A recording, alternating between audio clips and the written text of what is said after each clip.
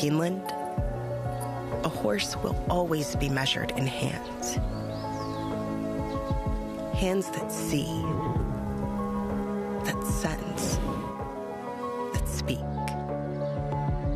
Hands that hold our sport to a higher standard, not for our sake, but for theirs, for the love of the horse, for generations to come.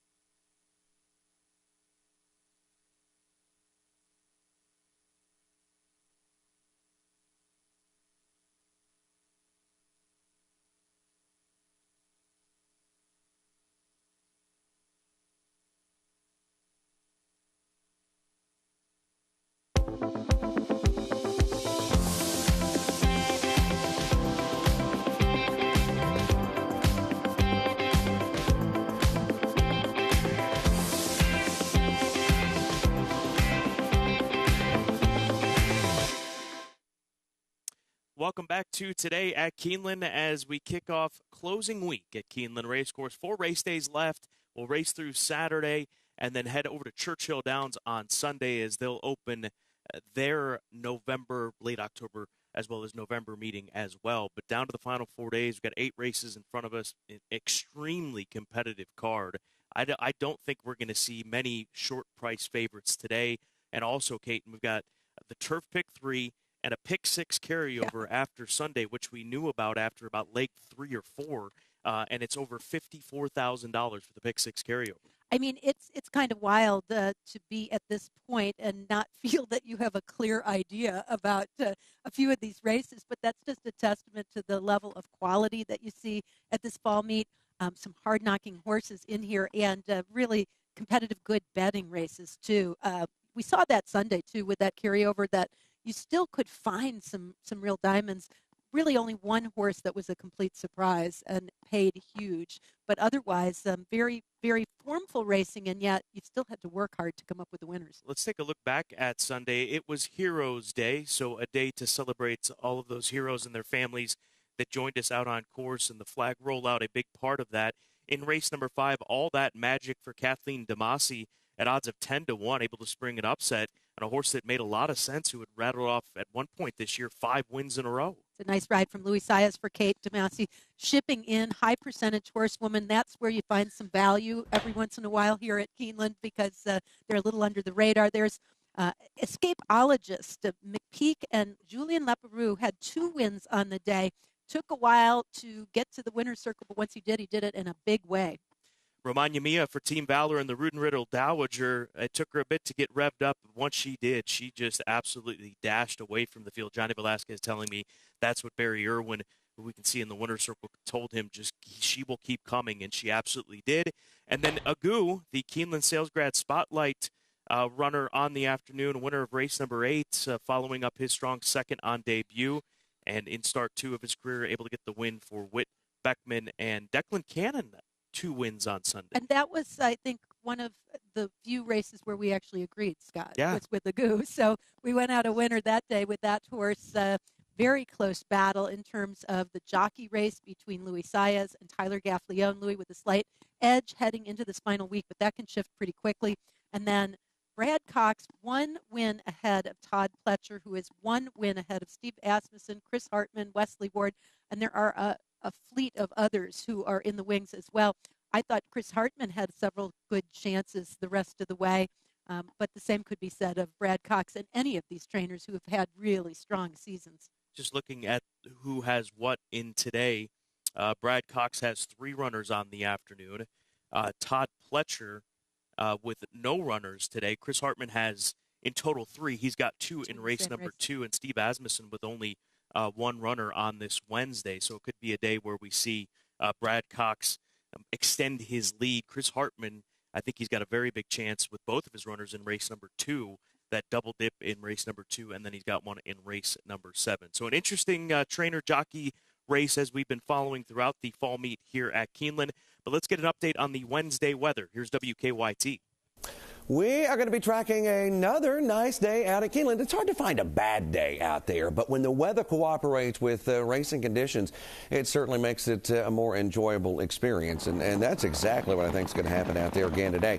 You're going to have some of those 70s back in town again, starting from first post time all the way up until the time we get to the last post. So we stay in the 70s during racing out there. Now, right before it, probably just a little bit cooler, but not a bad day. A little breezy. That's going to be something else to notice out there as you are out and enjoying the day. Have a great one, and good luck. You know why we have nice weather? I secured nice weather the rest of the way.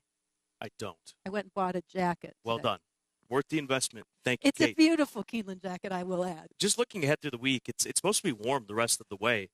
In the 70s today, projected to be close to 80 tomorrow, 80 on Friday, and then 75 on Saturday. Maybe a little bit of rain on Friday and Saturday, but that's changed over recent days as it tends to here in Kentucky. But should get weather the rest of the way in these final 4 days of the fall meet. Let's take a look at our full card selections. You can access these on the Keeneland Race Day app on your smartphone or tablet device. And race number 2, we both have the 10. Race 7, we both have the 5. I think that's about it. That is. It's that kind of a card, right? And I think as far as when you look at how we played our multi-race tickets later, you're going to see more of the same, which is that casting a wide net, just hoping that we can cover the bases. Yeah, I think you have to in these multi-race exotics, and worth the investment when it comes to pick 4s, pick 3s, Keeneland Turf pick 3, pick 6, obviously big part of the conversation, if not the biggest of the day. At Keeneland Racing on X, give us a follow. Same on Facebook, at Keeneland. Instagram, at Keeneland. FanDuel TV on X, give them a follow on X with the at FanDuel TV handle. And then FanDuel TV Plus, the app. It's available on Roku, Amazon Fire TV, Apple TV. We'll begin our breakfast shows on Friday morning for the Breeders' Cup with coverage all around the country. You'll be at Churchill. I'll be at Keeneland. The team is out at Santa Anita where the Breeders' Cup will take place, but we're going to be following these connections around and getting the reaction to works and training and all those types of things, getting you ready for the Breeders' Cup, and all that will be placed on demand on the FanDuel TV Plus app as well. It's one of my favorite times of the year, the opportunity to be out in the mornings to watch those types of horses at that level, tuning up for what could be the most important event of their careers, and being around the horsemen and just getting that energy. It's always exciting, and it's even better if we have temperatures in the 70s and 80s, yes, which is very possible. That will be nice because we've had some chilly mornings in Kentucky in the lead up to Breeders' Cups in recent years. Let's take a look at race number 7. It's our featured event. It's a second-level allowance race, optional $80,000 claiming race. 7 furlongs the distance, $120,000 purse. And now the 9 Race Kane is a scratch. We saw him win the Perryville last weekend. Santos Dumont is a scratch as well. You don't see some of the morning lines reflected on this page. Fan Club, the 2s at 30-1, and just quickly going to the outside, Ducali is 7-2, Major Blue 30-1, 12-1, et cetera, and then the also eligibles do draw in. The 13 and 14 draw into this race. Swing Shift and Embrace. I go to the number 5 horse in this race. 5-10-12 is how I see it. Angkor for Philip Bauer and Rigney Racing, a horse that was a winner 2 starts back at Ellis Park, ran against a strong group last time out after being bumped at the start. We're going to take you back to that start right there. He takes that contact, the gray son of Anchor Down, and still ends up running a pretty solid race. But being down on the inside, it's never an easy place to win from. Taking that contact, and now we straighten for home after chasing a fast pace. He's going to level off and finish 3rd, only beaten a length and a quarter, beaten by a horse named Osborne, who in my opinion is a good horse in his own right. So they stay with Rafael Bejarano. You can see the move that he's making down on the inside, but Osborne had flown at that point in time. His race was for 2nd, couldn't quite get there with the other gray in front of him, Sky and Sand. So I've got Angkor on top. He's 6-1 on the morning line. The number 10 horse, Ducali, off the long layoff for Brad Cox and Juddmonte. 7 furlongs his distance. That's what Brad Cox said. He's run well in the past year at Keeneland. You can see that in his past performances. So we'll see how he fares. It's been kind of a mixed bag when it comes to these talented horses off the bench so far this meet. There's not been a lot of them, and they've primarily been through Brad Cox. Punch Bowl disappointed, but First Mission did not. So what are we going to get with Ducali? And then the 12-horse Condemn for Tommy Drury Jr., a Medaglia d'Oro colt who I think deserves respect and also has course form here at Keeneland Racecourse, 1-for-1 in his career. So 5, 10, and 12 in our featured 7th. We're very similar, and we are on the same horse. To start with, Angkor, I thought was also the horse to beat. Because he's tactical, he can show speed or he can sit off the pace. Now, I used a different race to take a look at because of the horse that he was running with. This is at Churchill, but a little earlier in the season, May 21st, just prior to a layoff. He finishes 3rd in this first level allowance race, but take note of the horse who is on the lead and who is going to win the race. That's Saudi Crown. Saudi Crown is one of the fastest horses out there right now and is tuning up for a date at Santa Anita in the Breeders' Cup. He won the Pennsylvania Derby. He's a horse that I think got better as he went off of that win, but in hindsight, maybe finishing 3rd behind him wasn't such a bad race after all. And after that, he came back to win off the layoff at 6.5 furlongs. So he can sit close or he can sit that stalking trip. I actually think he's a little better if he gets into the race. I also used the 7, Nelson Avenue. Here's an interesting gelding, a 4-year-old who was given some time off. He hasn't raced since January, but prior to the time away, put together 3 out of 4 very solid efforts. He's a first-time gelding for Mike Stidham. Johnny Velasquez gets the call, and it looks like he's training really well here at Keeneland. So I'm eager to see what the 7 can do coming back. And then Ducali as well for me, kind of for all the reasons you detailed. I couldn't pick this horse on top. He's likely to be a very short price. And given the questions with a horse off this long of a layoff, it's hard to pull the trigger, but he certainly could win the race. And you look at the horses he's run against. He ran against Cody's Wish. He wasn't beaten all that far to Cody's Wish at Churchill in 2021. I mean, it's going back a ways. Horses like Baby Yoda, who had spurts of brilliance through the course of his career. But he's got to show us something here today. And this race, looking at the morning line, it's completely upside down because of the scratcher Raise Cane. So who's going to be the favorite come post time? I think it's between Ducali and Ancor, the horse that we like on top, the number 5 runner. Let's go to Tom Leach for more on this featured event. Cox saddles Ducal in the allowance feature on the card today. Been off a long time. How is this one trained? He's trained well leading up to this. He's obviously, like you said, been off a while. But, he always showed a lot of talent, ability throughout his career, and running against some good horses, Cody's Wish and stuff. So we're excited about getting him back going. Why'd you pick this spot? Just 2 other than allowance. I've always felt like 7/8 is probably his best distance, and anywhere between 7/8 and a 1-turn mile. I just thought this race made sense, and just kind of when he got ready and what was out there. Been working up at Turfway on the synthetic. Any reason other than just was the barn space? Yeah. Just that's where we kind of found himself on his comeback trail, and he's done well there, so we just kept him right there. Good luck with him. I appreciate it. Thank you. Ducal for Brad Cox in the allowance feature. Let's take a look at our key races of the day. We'll go back to race number 6 on this card. Race number 6 is race number 7 is a 7 furlong event. Race number 6, a 1.16 turf event. Turf listed as firm today. Fast and firm conditions coming into the afternoon. The turf rail is set at 30 feet. There are scratches of the number 3 horse in here, and that is it. The rest of those runners remain in, minus Umbashi, who has to be a scratch as well, the 11 horse. Excuse me for that. But in this race, I go to the number 10 horse on top, Most Sense for trainer Eddie Keneally, and Luis Saez getting the opportunity to ride here today. This is a Street Sense filly who adds blinkers today. She didn't break well on debut, but still won at Horseshoe Indianapolis.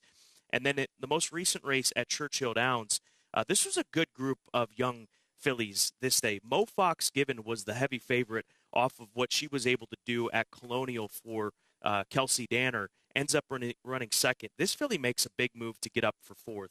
If the blinkers can get her more involved in the race and she can show just a little bit something, I'm not expecting her to break on the lead and set the pace, but get her more involved in the race because she broke slow on debut, outrun early in that race. She gets Saez, who we know can aggressively get a horse into a race and then get them to settle. I think Most Sense has a strong look in this 2-year-old filly allowance race, race number 6, and then the number 5 horse, Second Smooth Waves for Mike Maker, ran in the Jessamine Stakes, grade 2 at the beginning of the meet, presented by Keeneland November, was 6th, beaten by Buku that day. She may get over bet based on that, in my opinion. Mm-hmm. I think that she's got a chance, obviously, in this race, but I've got her second, and then Ask Amanda for Graham Motion, a Summerfront filly, stretching out to a Route 2 and getting Johnny Velasquez in the saddle. So 10, 5, and 6 in race number 6, a race that will be part of the $3 Keeneland Turf Pick 3 discussion in a bit. I thought this race was a head-scratcher. Now that I know the rail is 30 feet out, it makes it even more complicated because everybody kind of has the same running style. There aren't a lot of real stone-cold closers, and there also aren't a lot of real speedsters in here. So it's a little tricky. I went to the 6, Ask Amanda, second-time starter for Graham Motion with Johnny Velasquez. I was impressed with her win. It wasn't that fast, but it was done the right way, and I think the extra distance actually will suit her and help her to be able to run even a little bit faster. The 5, Smooth Waves, I agree with you. Definitely a key player, but maybe going to get over bet exiting the Jessamine. Second appearance of the meet for Mike Maker and Tyler Gaffleone. And then the 4, Reigning Sugar, is a real interesting first-time turfer. She's a daughter of Twirling Candy out of a Smart Strike mare. So I love this pedigree for the grass. And it's Riley Mott, first-time turf. Now, he hasn't had a lot of horses with this angle, so keep that in mind. But so far, it is not a strong angle for him at all. But I do like the pedigree here. I also think she's going to be forwardly placed in this group. So that could give her an advantage with a nice post position.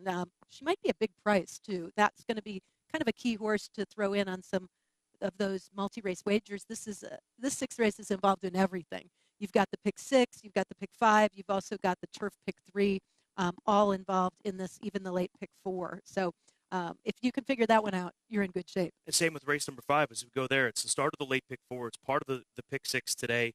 Not part of the turf pick 3 because it's a main track event. But these are 2-year-old filly maidens, $100,000 maiden special weight at the about 7 furlongs on the Beard course. Scratch the 11, 13, 15, and 16. The 14 circling does get the opportunity to draw into the race here today. And Johnny Velasquez has the call there. Snowdance is the 7-2 morning line favorite for Kevin Rice, a filly that ran in the Presque Isle debutante, ran well on the dirt course at Saratoga to Alpine Princess, who we saw take on Stakes Company earlier this month at the beginning of the meet here at Keeneland. So she's got to be respected, obviously, in this race and with that experience going this distance. I thought it was such a good race that it had to be a key race, maiden 2-year-old fillies. But I'm actually going out on a limb with a horse who's 5-1 in the morning line and who didn't show much in her debut. That's the 8 Regulatory Risk. She is a half-sister to Palm Cottage and Where Paradise Lay. And this was her debut at Churchill Downs, where she just didn't get in the race at all. But to me, it was too bad to be true. She went off the favorite that day. She kind of got a little in the race maybe in the early stages and then just flattens out completely. I'm just guessing that for whatever reason, she just didn't show up. But she trained well since then. You get a top jockey on board a daughter of Omaha Beach. And I just feel like, given the fact that she was bet down to favorite the first time, if you have an opportunity to bet her back at a price, this is the type of horse to go for. She is well-bred. She's worked well. She was bet down, and she comes from a top barn. Right now, Chad Brown is in the running for leading trainer. I think Regulatory Risk is a rebound horse. I do too, 100%. I don't have her on top, and I'm going to be honest with you. My picks initially are the 7, and I'm staying with it. I'm staying with Snowdance. But I had a conversation last night with Kevin Rice via text message about this, Phil, and he said, how do you feel getting back on dirt? He said, normally I like shipping horses who have been on synthetic surfaces in for a few works. I feel like it takes them a bit to get going back on dirt. So there is concern, even by Kevin Rice, the trainer of Snowdance. She's got that dirt race, but he's referring to her training because she trains up at Presque Isle in Erie, Pennsylvania, and that's a synthetic surface. So we'll see how that works out for Snowdance. I have the 3-2 Tarifa for Godolphin, Bernardini filly, and then the number 8 horse Regulatory Risk, because you nailed it on the head. It was too bad to be true, that race on debut at Churchill. I'm going to use the 5 Yes to Champagne as well as a possibility to improve second time out. It's Ian Wilkes with Brian Hernandez Jr. riding her back, and she ran kind of that typical Ian Wilkes first time out evenly. She didn't run badly, but she didn't have the punch at the end. But I think she's interesting, too. It's a great betting race. Let's go to the Clocker Report. Race number 4 on the card, about midway through this 8-race card. After it will be the midway point. And they're looking at the number 7 horse, Double Clutch for Calumet and Rusty Arnold. Julian Leperoux has been gelded since his last race. It's been 7 months since we've seen the Optimizer gelding. Might not care for the Gulfstream Park turf off of those dull runs at Gulfstream. Broke his maiden on this course here at Keeneland all the way back in April of 2022. And the stable is 19% going route to sprint as he comes back off the 7-month layoff. He's never sprinted, so we'll see. We'll see if this is a comeback situation or if he's primed to go. But Rusty Arnold, Julian Leperoux, part of the Clocker Report, and Double Clutch, the primary portion of that Clocker Report notation, but the way that he's been working. And then in race number 5, Tarifa, that first-time starter for Godolphin, worked out of the gate in 59-4. That was back on the 7th of October. Looks plenty fit. Gate work here in company with Denim and Pearls, who won. We saw Denim and Pearls win earlier. So that's great information. And Brad Cox, 26% first time out. I'd say that's one of the best notes that we've seen. And obviously we get the luxury of that in the last few weeks, few days, I should say, and few weeks, because you've seen some run, and now you've got that gauge. So the fact that she's been working with Denim and Pearls, who was a winner, that's a big plus. Let's take a look at our multi-race exotic tickets. I'll go to the pick 4 here today. $96 investment. I just think it's that kind of a day. Going 3 deep to start things off. Tarifa's part of that. The number 7, Snow Dance, and then the 8. And then finding more than just the top 3 selections in those next 3 legs. Going to a horse like the 9 in race number 6, Yata for Grand Motion. Comes out of that Mo Fox Given race. 3 starts back. Ran well in the Salima. You've got to include her. And then 4x4 in races 7 and 8. The ad horse in race number 7 for me is the 7. And then in race number 8, the nightcap, the ad horse out of the top 3 is the 3-horse Nation Grand Motion first-time starter for Eclipse Thoroughbred Partners. So I kind of approached it similarly with some coverage for sure, especially in the first leg, the 4th race, the first level allowance race. I'm using 5 horses, the 4 Summer in Malibu, the 5 Town Barber, the 6 Chiringo, the 7 Double Clutch is my top pick in there with Julian Leparoux for Rusty Arnold, and the 12, you've got to throw in scratches in from the also eligible. So that's First Defender, who's trying the turf for the first time. 6th race, I went to the 4 Raining Sugar, the 5 Smooth Waves, and the 6 Ask Amanda, my top picks in there. You might want some more coverage in that race as well because it's wide open. And then that last leg, the 8th race, I think maybe this is where you save a little bit or try to trim things down. I just used 2 horses. The 3 Nation is a first-time starter who I like quite a bit. And usually I don't like first-time starters in these types of situations, but there isn't a standout in this race. And good pedigree by Constitution out of a Henry the Navigator mare, Grand Motion, good works at Fairhill, and a nice post position with Flavian Pratt. The 11 I threw in there, Wayhill Road for Shug McGahee, kind of a consistent closer. There's not a lot of speed in that 8th race. Let's talk more about Wayhill Road. He's the sales grad spotlight in race number 8. $1.6 million. He's the September sale graduate from 2021, 2 years ago. The son of Quality Road from the first dam Catch the Moon, who's been such a producer for Stone Street Thoroughbred and Stone Street Stables. Stone Street bred this horse. They co-own this horse with Woodford Racing. So $1.6 million is what he went to. He started on the dirt, ran against Victory Formation and King's Barnes, very good 3-year-olds earlier this year, and then now he's transitioned over to the turf. Wouldn't be shocked if at some point he moves back to dirt because to me his numbers look equally as good. But the sales grad spotlight shines on Wayhill Road, and Shug McGahee sticking with Declan Cannon today in that 8th race here at Keeneland. We got to move to our best angles. We're running out of time. Best angle for me, race number 8. Here's another look at that field. Wayhill Road, the morning line favorite, scratch the outside 4 horses, so you've got 12 to sort through. This is a race in which Commandoro for Tom Amoss, I think, has a big look in here at 20-1 on the morning line. This is a Bolt Doro colt, and we'll roll back one of his most recent races at Churchill Downs, or in fact, his most recent race where he ran an even 6th. There's not much to look at here, but we're rolling the video just for the sake of doing it, obviously, because this is a 5.5 furlong sprint race in which he ends up getting a position, and he just sort of stayed there. He's in the black silks, ending up, again, 6th in this race. But now going further, blinkers on, and Tom Amoss going a route of ground for the first time, 18%. 2 sprints to a route. It's an angle that you hear about a lot.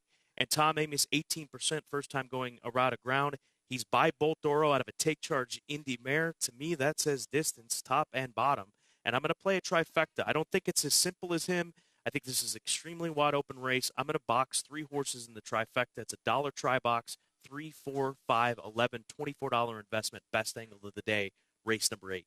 I went to the 3rd race, and this is a kind of a strange angle, if you will, but it's similar to what I discussed earlier. This is a maiden claimer for $150,000, mile and a 16th, and I look for trainer angles here with Chad Brown having the 11 business as usual, dropping in for a claiming price first time. He is so good with his maiden second-time starters and maiden special to maiden claiming. But the key with business usual is the fact that this filly gets to run on the dirt because she debuted at Kentucky Downs on the turf, and you can see her back there. This is how she was at the beginning of the race, too. She was just flat. I don't think she cared for the turf at all. Maybe it was Kentucky Downs, but more than that, I just think she is better suited for the dirt. She's by Vino Rosso out of a Malibu Moon mare. And in many instances, you take a shot if you have a young horse ready to run and see if they handle the turf. Maybe they're good enough, even if it's not their preferred surface. The money is right. You don't have any other opportunity to run for that kind of a money with a first-time starter or a maiden. So you go for it. You see what you have. And in this case, now you drop a little bit. It's still a lot of money to pay for a horse. Blinkers go on. You get Tyler Gaffleone, and you've got a trainer who's winning at 40% right now. I'm going to use him in win and place because I think the price is going to be very good. And this is a fun race to try to dissect because, again, I don't think there are any standouts in here. Let's go to Tom Leach for his long shot on this Wednesday.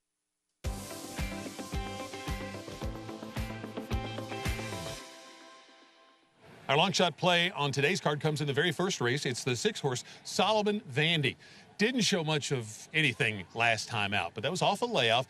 And now you get a horse dropping down in class, and I think the softer competition may move him up. Also, there is a pedigree to suggest that the distance is going to hit this one right between the eyes. And the Kenny McPeak barn had 2 winners on Sunday, so maybe heating up for race 1, Solomon Vandy. All right, Tom, just taking note of that in my program here for race number 1. Failed to mention at the top of the show, it's Wednesday, so it's the Wednesday Challenge for the final time this fall at Keeneland. So if you're out here at the track, head over to Wagering Central on the first floor, just on the other side of where we sit near the finish line. And for $10, you can get involved in the Wednesday Challenge. And it ends up, the contest, the way it works, it's a $2 mythical win place wager on the final 6 races of the day. So that's pick 6 sequence with the carryover today. And 100% of the pool is paid out to the top 10 players, and it's presented by Malone's. So play that and take a shot at the pick 6 as well. You can just throw in your top choice in each race. For Caton, I'm Scott. Good luck on this challenging 8-race card today here at Keeneland Racecourse.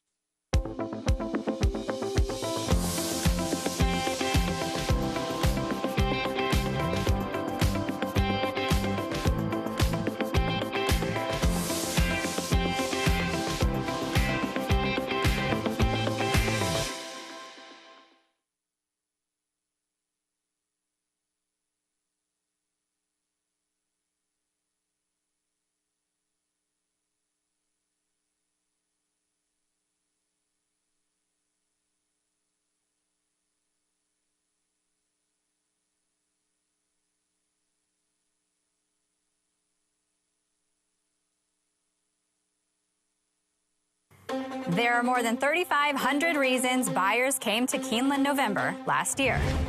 Because as you look to the future, this is where you'll find whatever you're looking for. And then some. And then some more. The place you have to be to find the one you have to have.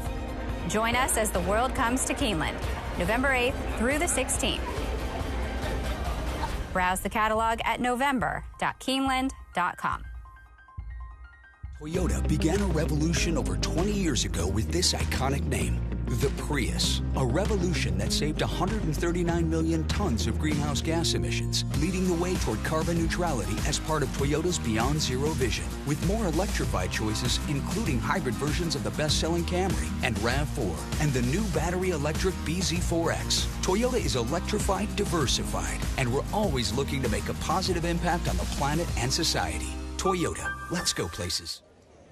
She's all the talk. I bet 5 million, 3 in the ring, 3 in the ring, 2 here in the ring, 3 where 5 million, 2, 5 million, 3. On EC now 5 million, 3, 4.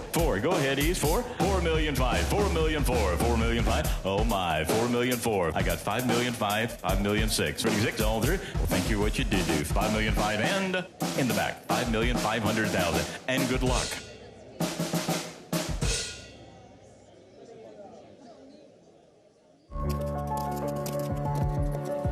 Keeneland, a horse will always be measured in hands. Hands that see, that sense, that speak. Hands that hold our sport to a higher standard. Not for our sake, but for theirs. For the love of the horse, for generations to come.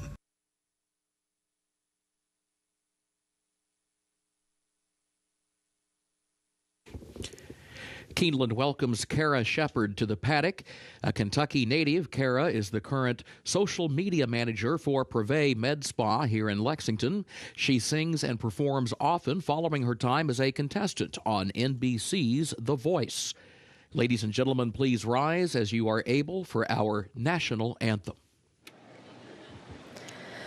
Oh, say, can you see by the dawn's early light what so proudly we hailed at the twilight's last gleaming, whose broad stripes and bright stars through the perilous fight o'er the ramparts we watched were so gallantly streaming, and the rocket's red glare, the bombs bursting in air, gave proof through the night that our flag was still there. Oh, say, does that star-spangled banner yet wave o'er the land of the free and the home of the brave?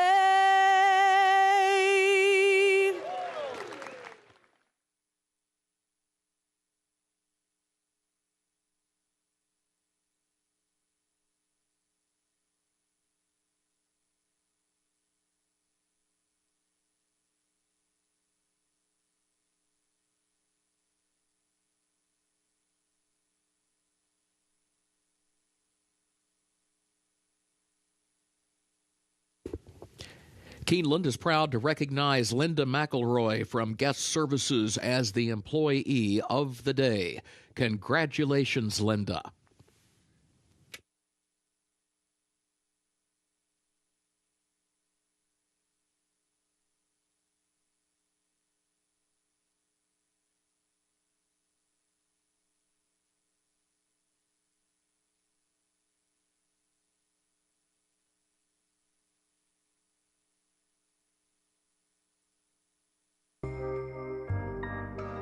In the event of an emergency, Keeneland is dedicated to ensuring the safety of our patrons. This video illustrates the proper evacuation protocol from all locations in the Keeneland Grandstand facility. Depending on the nature of the emergency, directions may be altered. Please remain calm and follow the direction of guest services and security personnel. Patrons should never use elevators during an evacuation. Patrons in the corporate boxes, Eclipse Room, and Phoenix Room should exit using the stairway located near Elevator A. Proceed down the stairs to the ground floor and veer right to exit through the lower club entrance. Patrons in the Lafayette Room, Keeneland Room, Lexington Room, and Kentucky Room should exit using the stairway located near Elevator B. Proceed down the stairs to the ground floor and exit through the paddock area using the East Gate. Patrons in the third floor main clubhouse and clubhouse paddock dining rooms should exit using the stairway located near Elevator A. Proceed down the stairs to the ground floor and veer right to exit through the lower club entrance. Patrons in the Bluegrass Room and third floor ITW area should exit using the stairway located near Elevator B. Proceed down the stairs to the ground floor and exit through the paddock area using the East Gate. Patrons in the Finish Line Room and Green Room should exit using the stairway leading to the North Terrace. Proceed down the stairs to the second level and through the doors outside. Proceed down the stairs to the ground level and exit through the North Gate. Patrons in the outside reserved grandstand seats and boxes should proceed down the nearest stairway to the ground level. Proceed under the grandstand towards the paddock area and exit via the nearest point of exit, the south gate or the east gate. Patrons in the second floor main clubhouse dining room and life members room should exit using the stairway on the south side of the administrative offices. Proceed down the stairs to the ground floor and exit through the south gate. Patrons in the second floor clubhouse paddock dining room and clubhouse tavern should exit using the stairway located near elevator A. Proceed down the stairs to the ground floor and veer right to exit through the lower club entrance. Patrons in the mezzanine bar and second floor ITW area should exit using the stairway located near elevator B. Proceed down the stairs to the ground floor and exit through the paddock area using the east gate. Patrons in the sports bar and cantina should exit through the doors leading to the north terrace. Proceed down the stairs to the ground level and exit through the north gate. Patrons in the lower club, clubhouse lawn, club lobby, and director's room should proceed toward the clubhouse parking lot using the nearest point of exit. Patrons in the gift shop should proceed toward the south gate using the nearest point of exit. Patrons in the apron area should proceed under the grandstand towards the paddock area and exit via the nearest point of exit, the south gate or the east gate. Patrons in the equestrian room and first floor Brats and Brew should proceed towards the north terrace and exit through the north gate. Patrons in the paddock area and north terrace should proceed toward the nearest point of exit, the south gate, east gate, or north gate. After evacuating the facility, please remain calm and follow the direction of guest services and security personnel in the safest route to return to your vehicle. Thank you for your attention and cooperation.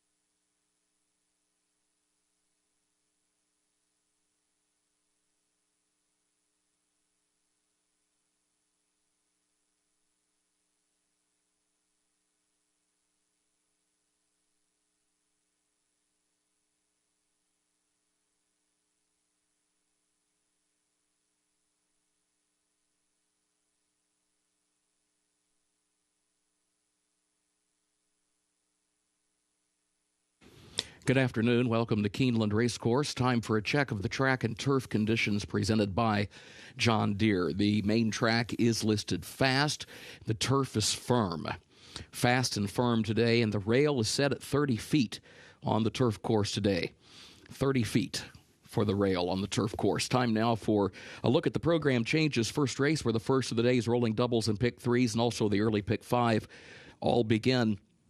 In that first race, scratch number 1, Cuore Doro, and scratch the 7, Tis the Coast. That's in the first race, scratch number 1, Cuore Doro, and scratch the 7, Tis the Coast. Second race, start of the early pick 4. Overweight, number 3, Memphis Cash Queen, the jockey 1 pound over. That's number 3, Memphis Cash Queen, the jockey 1 pound over. A jockey change for the 9, Kitten Calls. That'll be Joe Talamo. Number 9, Kitten Calls. The jockey is Joe Talamo. Third race, start of the pick 6. The carryover today, $54,576. In the third race, scratch number 4, Up on the Edge. And scratch number 8, Wee Bit of Mischief. That's in the third race, scratch number 4, Up on the Edge. And scratch number 8, Wee Bit of Mischief. Fourth race. Race 4 is where the late pick 5 begins. It's also the start of the Keeneland Turf pick 3, made up of races 4, 6, and 8. In that fourth event, scratch the 1, Bench. Scratch the 10, running, or the 9, rather, Running for Cash. That's the 9, Running for Cash. Scratch the 11, Gilded Ruler. Scratch number 13, Trust Daddy. Scratch the 15, Judge Davis. Scratch the 16, Huntertown. Again, in that fourth race, scratch number 1, Bench. Scratch the 9, Running for Cash. Scratch the 11, Gilded Ruler. Scratch 13, Trust Daddy. Scratch 15, Judge Davis. And scratch 16, Huntertown. Please note, the 12 First Defender draws into the race. The 14 Western Command draws into the race. And there is a jockey change on the 14. That'll be Joel Rosario. 14 Western Command, the jockey, Joel Rosario. Race 5. Late pick 4 begins here. And in race 5, scratch the 12, Torpedo Anna. Scratch 13, Lookster. Also scratch 15, Burn Armosa. And 16, Round the Town. That's in race 5. Scratch the 12, Torpedo Anna. Scratch 13, Lookster. Scratch 15, Burn Armosa. And scratch 16, Round the Town. Please note, number 14, Circling, draws into the race. 14, Circling, will run. Also in race 5, a jockey change on the 4, Notabelle.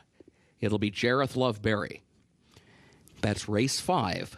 Number 4, Notabelle, make the jockey, Jareth Loveberry. Sixth race. Scratch number 3, Sweet Catherine Rose. And scratch 11, Umaboshi. That's in the sixth race. Scratch number 3, Sweet Catherine Rose. And scratch 11, Umaboshi. Featured seventh race. Scratch the 4, Santos Dumont. Scratch the 9, Raise Cain. That's in the featured seventh race.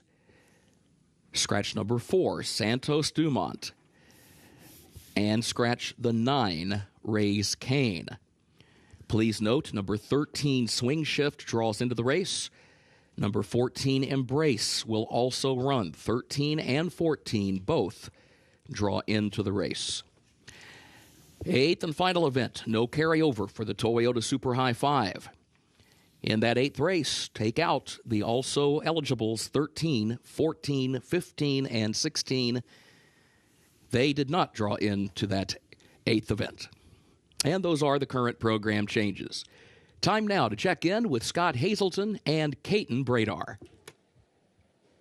Happy Wednesday to you, Kurt Becker, and for those of you joining us here at Keeneland Racecourse and from around the world and country, we've got a 8-race card ahead of us, very competitive groups of horses that'll be competing on a perfect day as the temperatures continue to rise as we expect them to get into maybe the mid-70s. Yeah, it's going to be amazing today. And firm turf course, we have a fast track.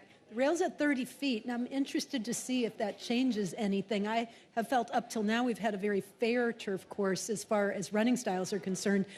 If anything, maybe you wanted to be mid-pack or closing versus on the lead, but I think that could change a little today. Race number 7 is our featured event on the afternoon. 7 furlongs the distance, the Shamrock Glen.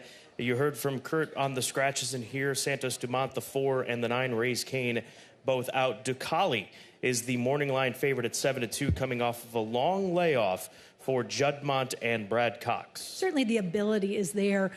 The question is whether this 5-year-old gelding off the layoff can come through in a very tough spot and be as good or better than he was prior to the time away. He is a first-time gelding. He's won over the course. He has been good at this 7 furlong distance.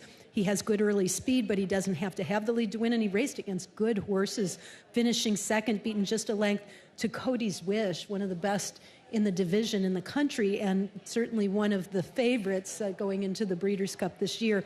So Ducali makes sense, but he's going to be a short price probably for the meet's leading trainer, Brad Cox, and maybe there are some others who could step up to the plate. That's our featured event, race number 7. Today we have a Pick 6 carryover. Pick 6 begins race number 3 of over $54,000. $54,575. Starts early today with it being an 8-race card. So race number 3, post time for the third, 2:04 Eastern time.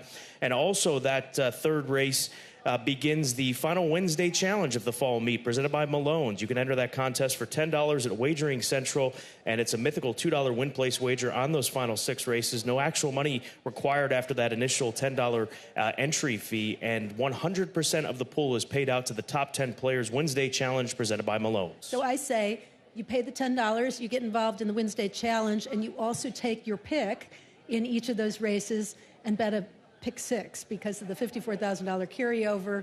You could double your pleasure. Could be a very profitable day, which will get underway at the top of the hour at Keeneland.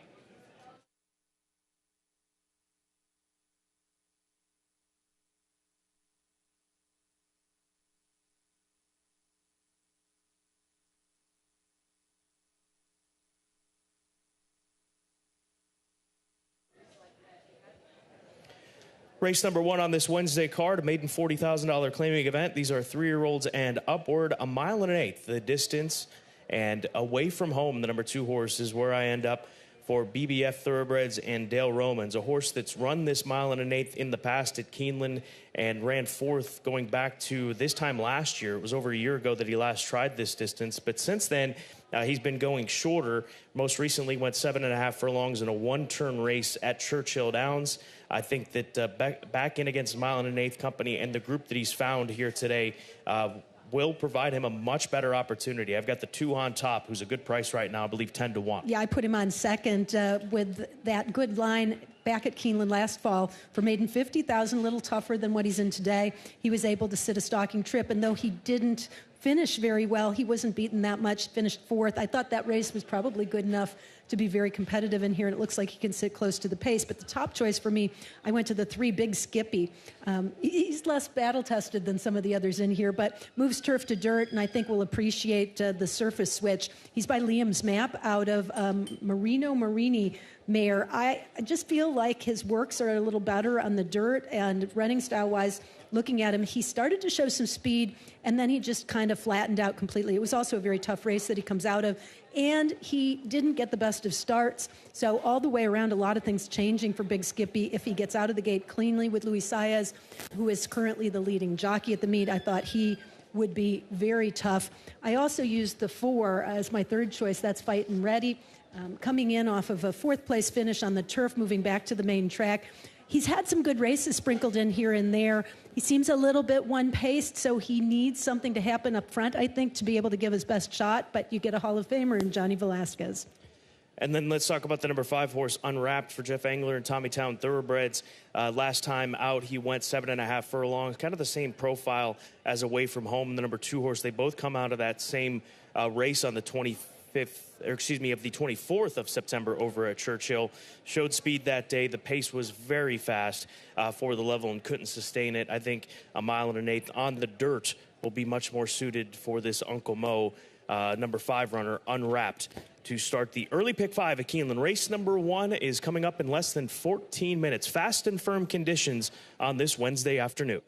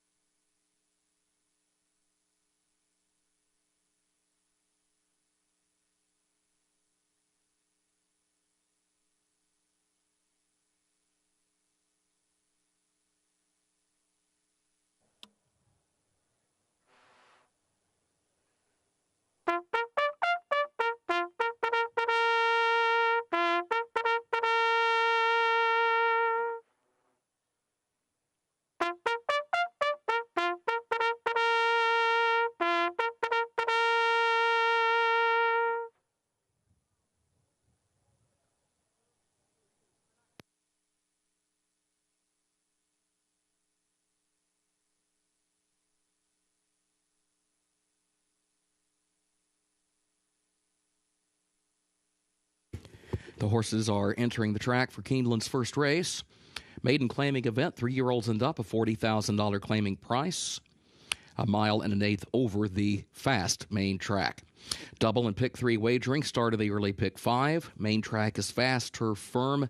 Rail at 30 feet on the turf course today. Scratch number 1, Cuore d'Oro, and scratch the 7, Tis the Coast. Opening race in 7 minutes.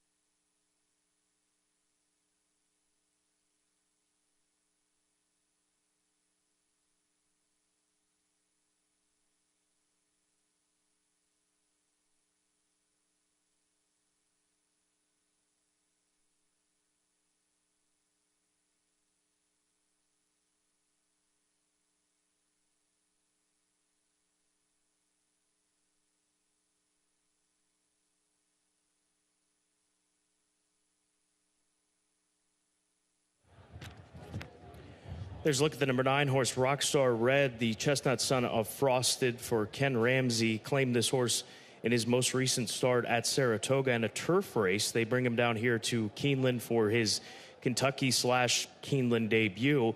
And one of the things that loomed in my mind in looking at this horse, Caton, was the lack of success for this barn. Saffie Joseph Jr. has had plenty of horses that have gotten attention, but they've not run to the expectations. And I know that we should look at these horses obviously on an individual basis, but that crept into my mind with this gelding as he sits as the 9-5 favorite. I agree with you. I was hesitant to put a horse like this on top, but after looking at him, Scott, I've got to rethink that. He looks tremendous. I mean, some of Saffie's other horses have come in looking really good too, but in this group, as far as appearances are concerned, he kind of stood out. He is on the muscle. He's a beautiful individual. And he has a pedigree for the dirt. I'm not quite sure why he wouldn't have tried the dirt prior to this, but he's bifrosted out of an Arch mare. So maybe it's just a matter of timing and things coming together at the right time for him. He's competitive on the turf, and if that turf form carries over, if he's anything close to what he is on the turf here on the dirt, then he's going to be very tough to beat. The Gatekeeper, the number 10 horse, makes his second start this meet, and pretty quick turnaround. Just 10 days ago, ran on the 15th of October here at Keeneland in a maiden 20, was trained by Wesley Ward that afternoon. These new connections took him for 20, bring him back in 10 days. He's got a serious pedigree. There's no getting around that, and he's a son of Arrogate, so maybe the longer distance will be a positive for this 4-year-old son of Arrogate out of the First Dam succeeding, who's produced and who has her herself as well bred. She's by Smart Strike. I just thought 15-1 was awfully high in a race of maiden claimers. He ran really well, maybe a little better than anticipated. Definitely second best to the winner, but otherwise was clear of everybody else in the field. And this isn't a huge jump. It is a jump up, there's no question, in class, but I don't think it's a huge jump. He looked feisty. He actually looked a little bit livelier and more energized than he did the last time he ran, although he certainly ran a good race. If he comes back to that last race against tougher horses, he's a factor in here. And then Solomon Vandy, the 6-horse at 11-1 for Kenny McPeak and Brian Hilliard, a Temple City gelding on dirt for just the second time in his career. His only other dirt race was a one-turn mile race at Churchill going back to the fall of last year. I don't think that gives us an indication of what he's capable of. It was made in special weight. It was a one-turn mile. Now we get to go the 1 1/8, which is going to separate some of these horses. But he is bred to handle the distance. He is, the question I think is turf for him, but he is taking a drop in class for sure and coming out of some pretty tough races. Escapologist he ran against at the fairgrounds. That horse came back to win over the weekend. He ran against Brigade Commander, who's come back to win. So some good company Solomon Vandy's been keeping. Early pick 5 begins in less than 2 minutes. The pool quickly approaching $200,000 here at Keeneland.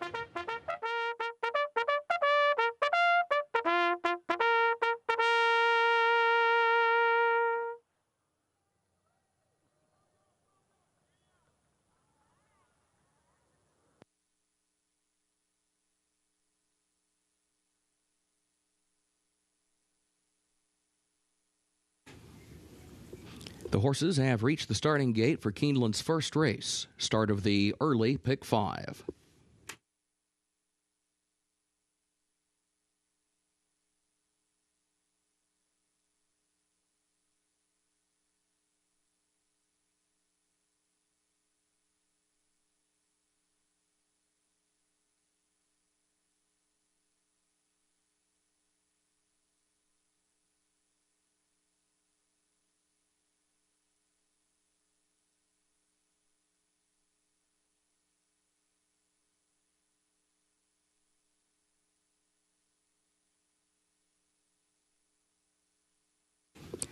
Moving into line for the first.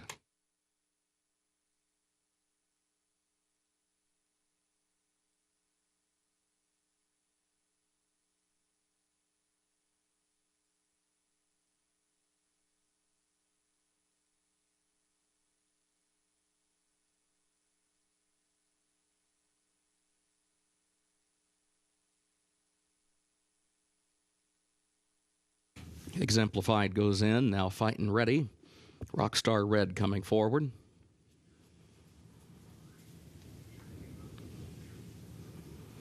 Unwrapped moves into line. The gatekeeper will be the last one.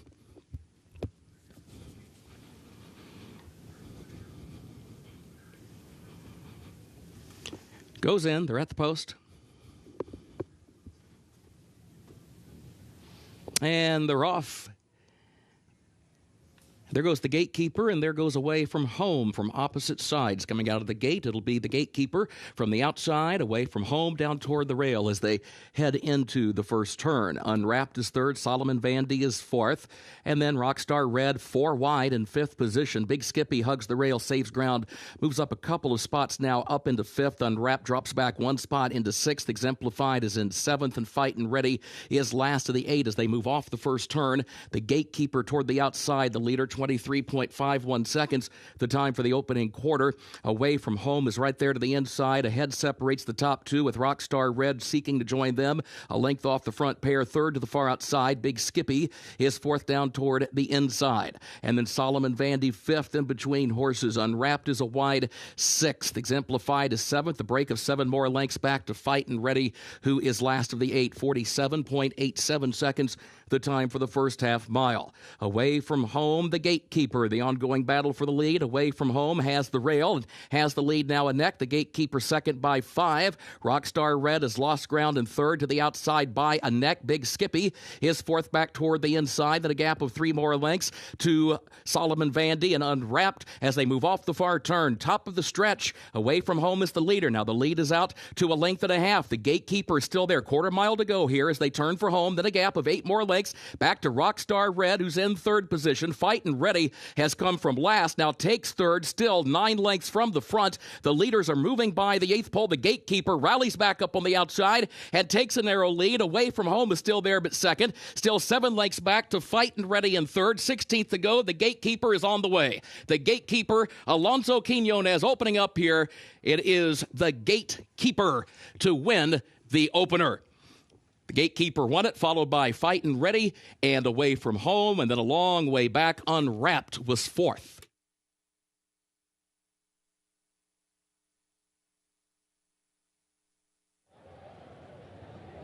The pace was honest in this opening race, and that early pace came from the 2-horse Away From Home, as he'll start to get tired in the final 1/8 of a mile. And part of that pace, not far off of it, was the Gatekeeper, who kept finding more late. Well done to these connections. First off the claim and striking at a big price of 20-1 in the opener. You know, Alonso Quinones was able to get position early, had to use the little horse, but then slowed things down to 1:13 for 3/4 of a mile. And I really think that was the key to him having something left at the finish. He obviously loved the 1 1/8, and Keeneland is his friend as the son of Arrogate goes off the claim, up in class, and to the winner's circle. Photo for play, sold all tickets.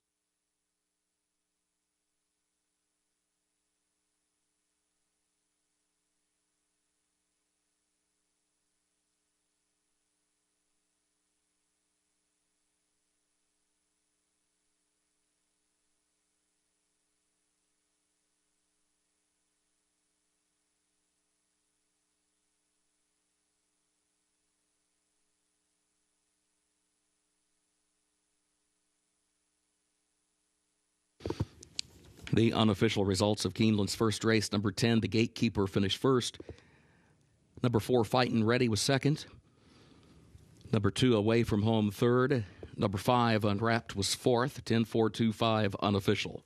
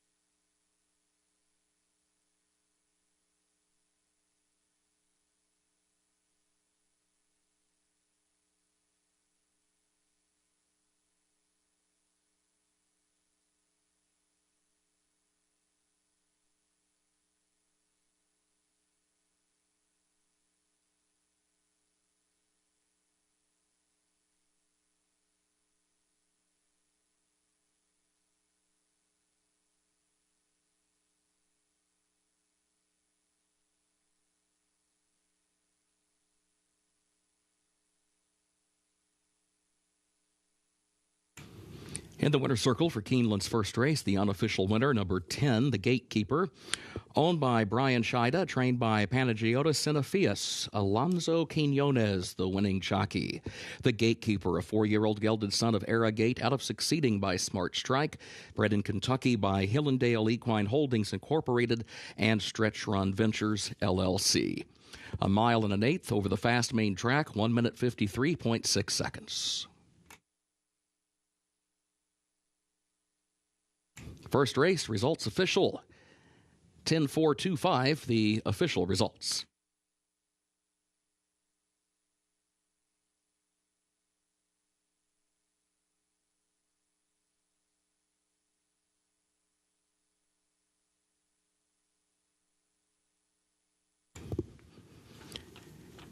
Keeneland's second race upcoming. Double and pick 3 wagering offered here, and it's the start of the early pick 4. Main track fast, turf firm, the rail at 30 feet on the turf course. In this second race, overweight number 3, Memphis Cash Queen, the jockey 1 pound over. Number 3, Memphis Cash Queen, is +1. Jockey change for the 9, Kitten Calls. It'll be Joe Talamo. Joe Talamo rides the 9, Kitten calls. Looking ahead to the third race, scratch number 4, Up on the Edge, and scratch number 8, Wee Bit of Mischief. That's the third race, scratch number 4, Up on the Edge, and scratch number 8, Wee Bit of Mischief. Fourth race, scratch number 1, Bench. Scratch the 9, Running for Cash. Scratch the 11, Gilded Ruler. Scratch number 13, Trust Daddy. Scratch number 15, Judge Davis. And scratch the 16, Hunter Town. That's in the fourth race. Scratch number 1, Bench. Scratch number 9, Running for Cash. Scratch the 11, Gilded Ruler. Scratch 13, Trust Daddy. Scratch 15, Judge Davis. And scratch 16, Hunter Town. Please note number 12, First Defender, draws into the race. Also the 14, Western Command, draws into the race. Jockey Joel Rosario. 14, Western Command, the jockey Joel Rosario. Race 5, scratch the 12, Torpedo Anna. Scratch 13, Lookster. Scratch 15, Burn Armosa. And scratch 16, Round the Town. That's race 5. Scratch the 12, Torpedo Anna. Scratch 13, Lookster. Scratch 15, Burn Armosa. And scratch 16, Round the Town. Please note number 14, Circling, will run. 14, Circling, draws into the race. Also in race 5, a jockey change, number 4, Notabelle, Jareth Loveberry. Number 4, Notabelle, Jareth Loveberry, the jockey.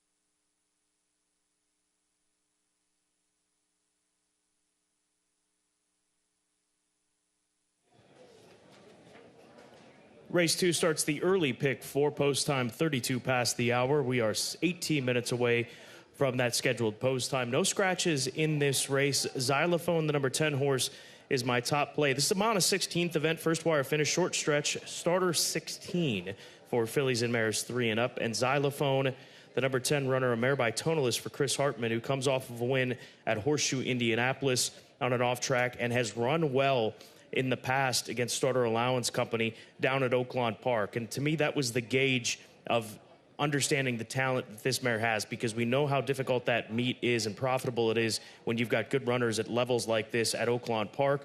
So Xylophone on a fast track, off of a win. Don't worry about the race 2 starts ago on the turf course.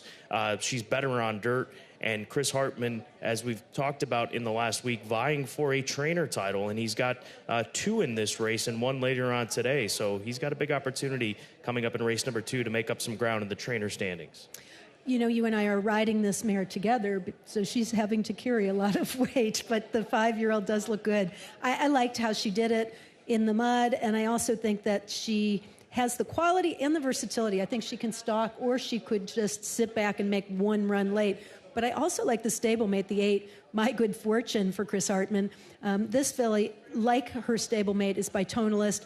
She comes off a win and does have a more recent start. It was over at Churchill Downs at the $30,000 level, and Chris Hartman claimed her. So this is the first start since coming to Hartman's barn. He's 27% off the claim. You get Corey Lannery, you get a horse who's coming from off the pace again, and I think maybe just a little bit more one-dimensional than the 10 Xylophone. But both these horses pack a pretty solid 1-2 punch for this barn. And I thought they're very equal, and I gave the edge of the 10 just looking at the jockey assignment. And trainers have their jockeys that they go to more often than not, and Francisco Arrieta would be the more often than not than Corey Lannery. No disrespect at all, but that's why I went to the 10 over the 8 here in race number 2. The 7 is my third choice, Dre Me Less for Norm Cassie. Comes in with good form. It's been a few months since we've seen this Connect filly, 3-year-old filly tackling older today.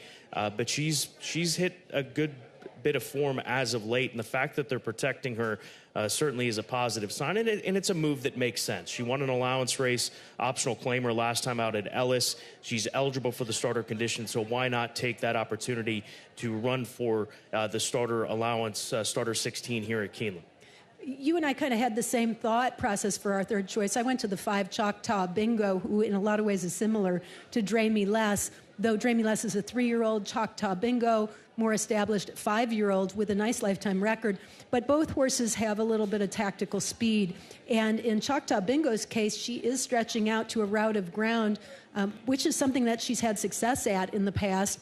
So I think that she is going to be in that first tier of horses and able to maybe get the jump on the competition. She's also racing off the claim for Mike Maker, who is 20% off the claim. And coming out of that sprint race in which she was third here at Keeneland, this is her second race of the meet. We just saw in that first race a horse coming back on short turnaround, capture the opener. So maybe Choctaw Bingo has something to say about this as well. Race number 2 begins the early pick 4 at Keeneland, a mile and a 16th. Once again, the distance, first wire finish, short stretch.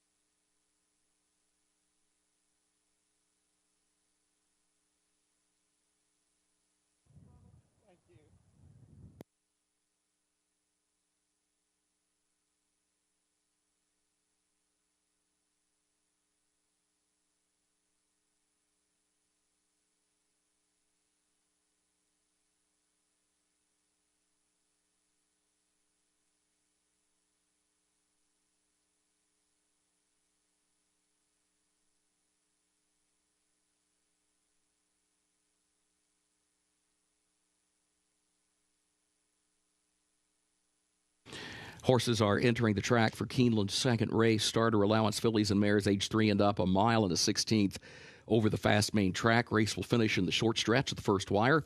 Double and pick 3 wagering started the early pick 4. Main track is fast, turf firm, and the rail at 30 feet on the turf course today. In this second race, overweight number 3, Memphis Cash Queen. The jockey is 1 pound over. Number 3 is +1. And a reminder, the jockey for number 9, Kitten Calls, is Joe Talamo. 9, Kitten Calls, Joe Talamo, the jockey. 7 minutes to post.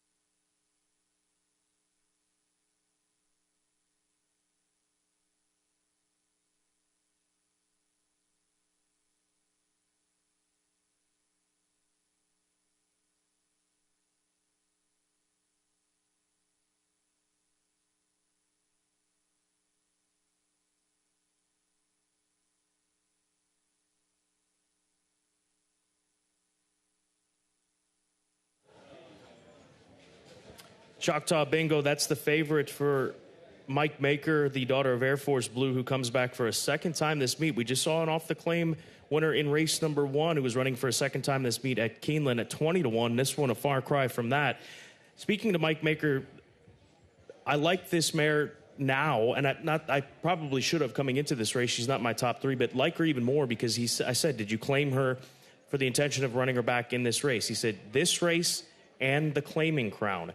And we've seen in that history of the claiming crown how well Mike Maker is in finding these horses, and obviously very good claiming trainer. So with that intention, running back here today and then getting ready for the claiming crown, I think positive comments from Mike Maker on the 5 Choctaw Bingo. And I did like how this mare looked in the paddock and also coming out now in the warm-up. You can see her. She's got a nice fluid way of moving on the track and seems to be in good form. I think she is going to be very tough in here. Another horse, though, that was interesting that we didn't talk about earlier and is getting played a little bit is the 1, Candy Island. And I thought this filly looked very, very good in the paddock. Candy Island is coming in off of a third-place finish in her most recent start at Mountaineer. I think normally the horses that come in and do their best work at Mountaineer, Thistledown, Mahoning Valley are horses that get pretty ignored in the wagering, but this one is actually getting played at 6-1 down from 15-1 in the morning line.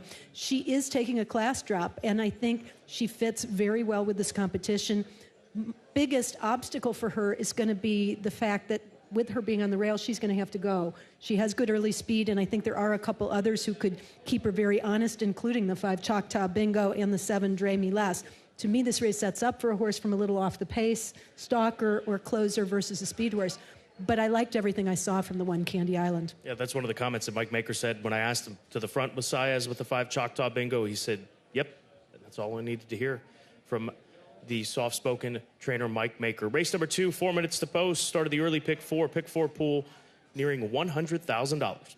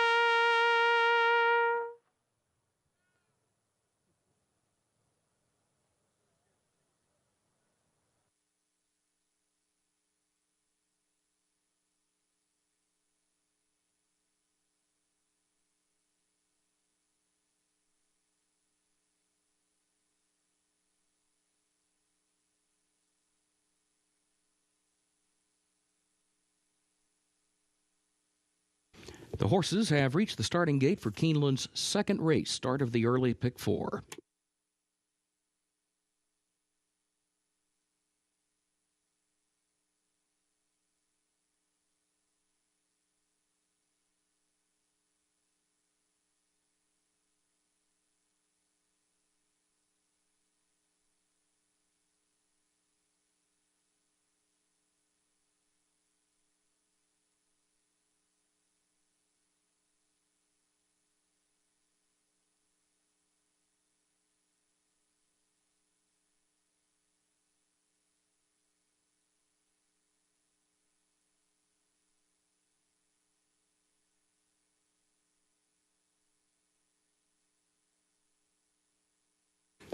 Moving into line, race 2.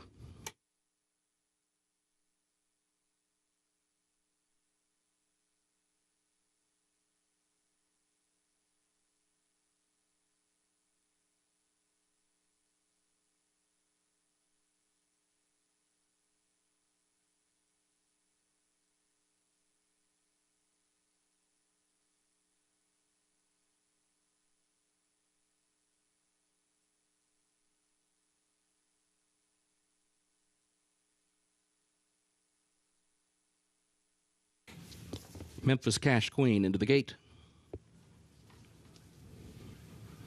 Miss Moon Pie and Kitten Calls come forward. Choctaw Bingo.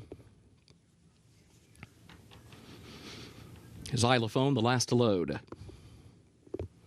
Goes in. First wire at the post. They're off.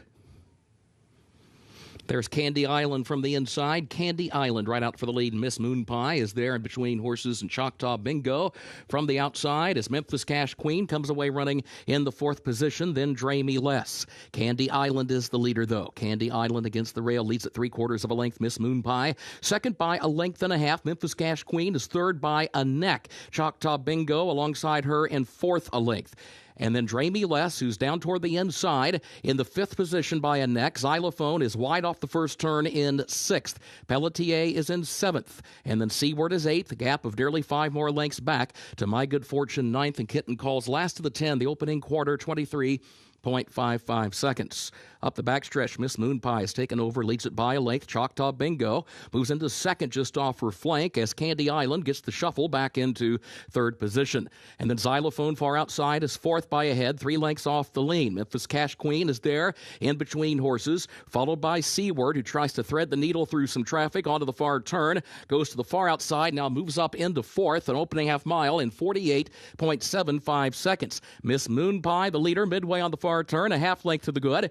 Choctaw Bingo is second by a length. Candy Island third. Memphis Cash Queen is in the 4th position. Xylophone to 5th. Seaward made that move, but now has lost ground wide on the turn. As they turn for home, My Good Fortune moves by her to the top of the short stretch, but still 7 lengths off the lead. Choctaw Bingo is coming forward. Candy Island to the inside. Xylophone, My Good Fortune on the outside. Wide open here. Choctaw Bingo. My Good Fortune out in the center of the racetrack. Candy Island back toward the inside. Candy Island, My Good Fortune. Xylophone, My Good Fortune wins it for Corey Lannery. Xylophone second, Candy Island third. Miss Moon Pie was 4th.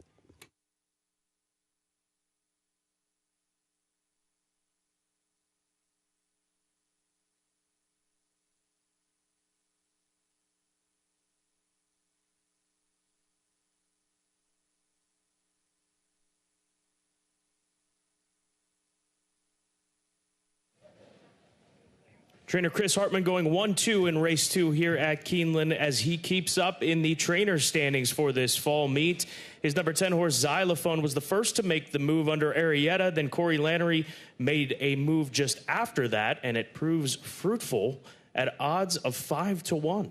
You know, with the pace being a lot softer than I thought it might be, it's interesting that the closers were still able to rally, and the horse who moved last moved best. That's win number 5001, I believe, for Corey Lannery, who's had a milestone career and meet. And 5-1 over 4-1, pretty good price on the Hartman Exacta.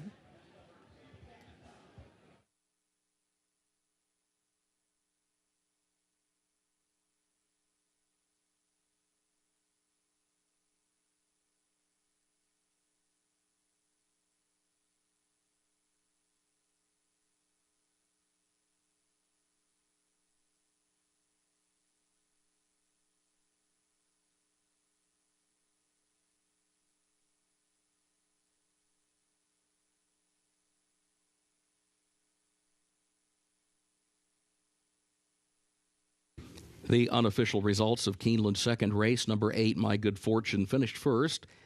Number 10, Xylophone, was second. Number 1, Candy Island, third. And number 4, Miss Moon Pie, was fourth. 8-10-1-4, unofficial.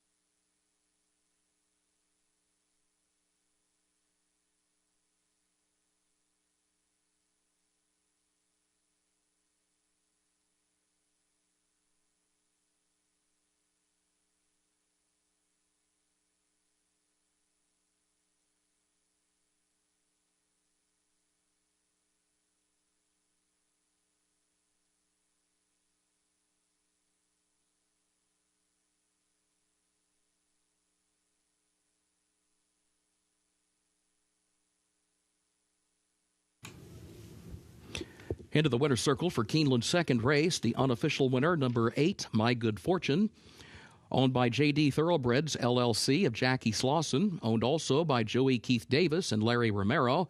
Chris Hartman, the trainer. Corey Lannery is the jockey. My Good Fortune, a 4-year-old filly by Tonalist, out of Wife Support by Distorted Humor, bred in Kentucky by William Humphreys and RGP Ocala Holdings, LLC. Mile and a 16th over the fast main track, 1 minute 47.99 seconds.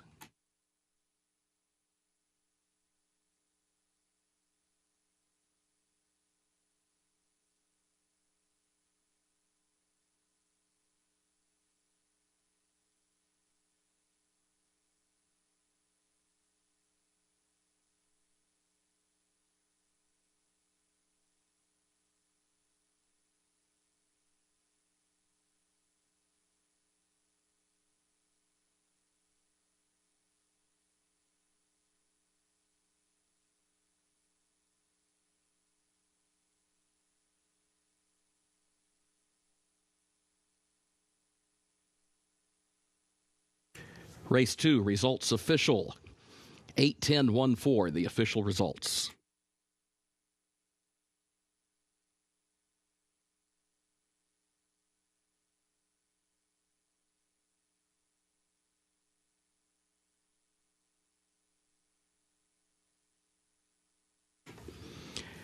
Keeneland's third race upcoming, double and pick 3 wagering, and also the start of the pick 6 with that carryover of $54,576. A reminder, the upcoming third race will finish in the short stretch at the first wire. The main track is fast, the turf firm today, the rail at 30 feet on the turf course. In this third race, scratch number 4 up on the edge, and scratch number 8, Wee Bit of Mischief. Again, scratch the 4 up on the edge, and scratch the 8, Wee Bit of Mischief. Fourth race, scratch number 1, Bench. Scratch number 9, Running for Cash.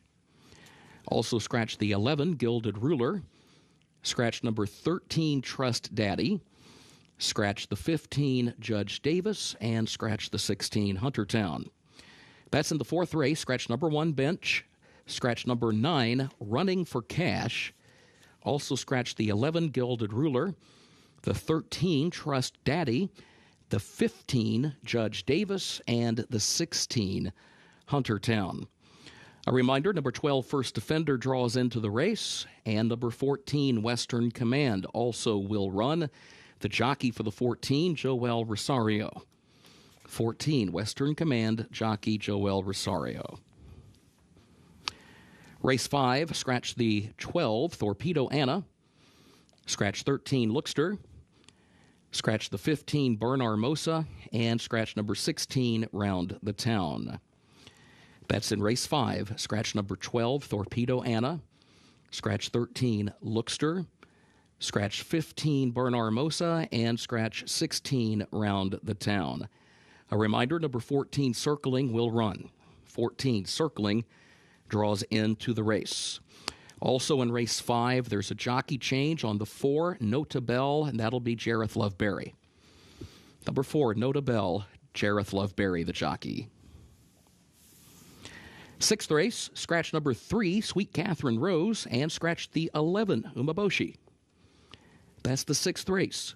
Scratch number 3, Sweet Catherine Rose, and scratch the 11, Umeboshi.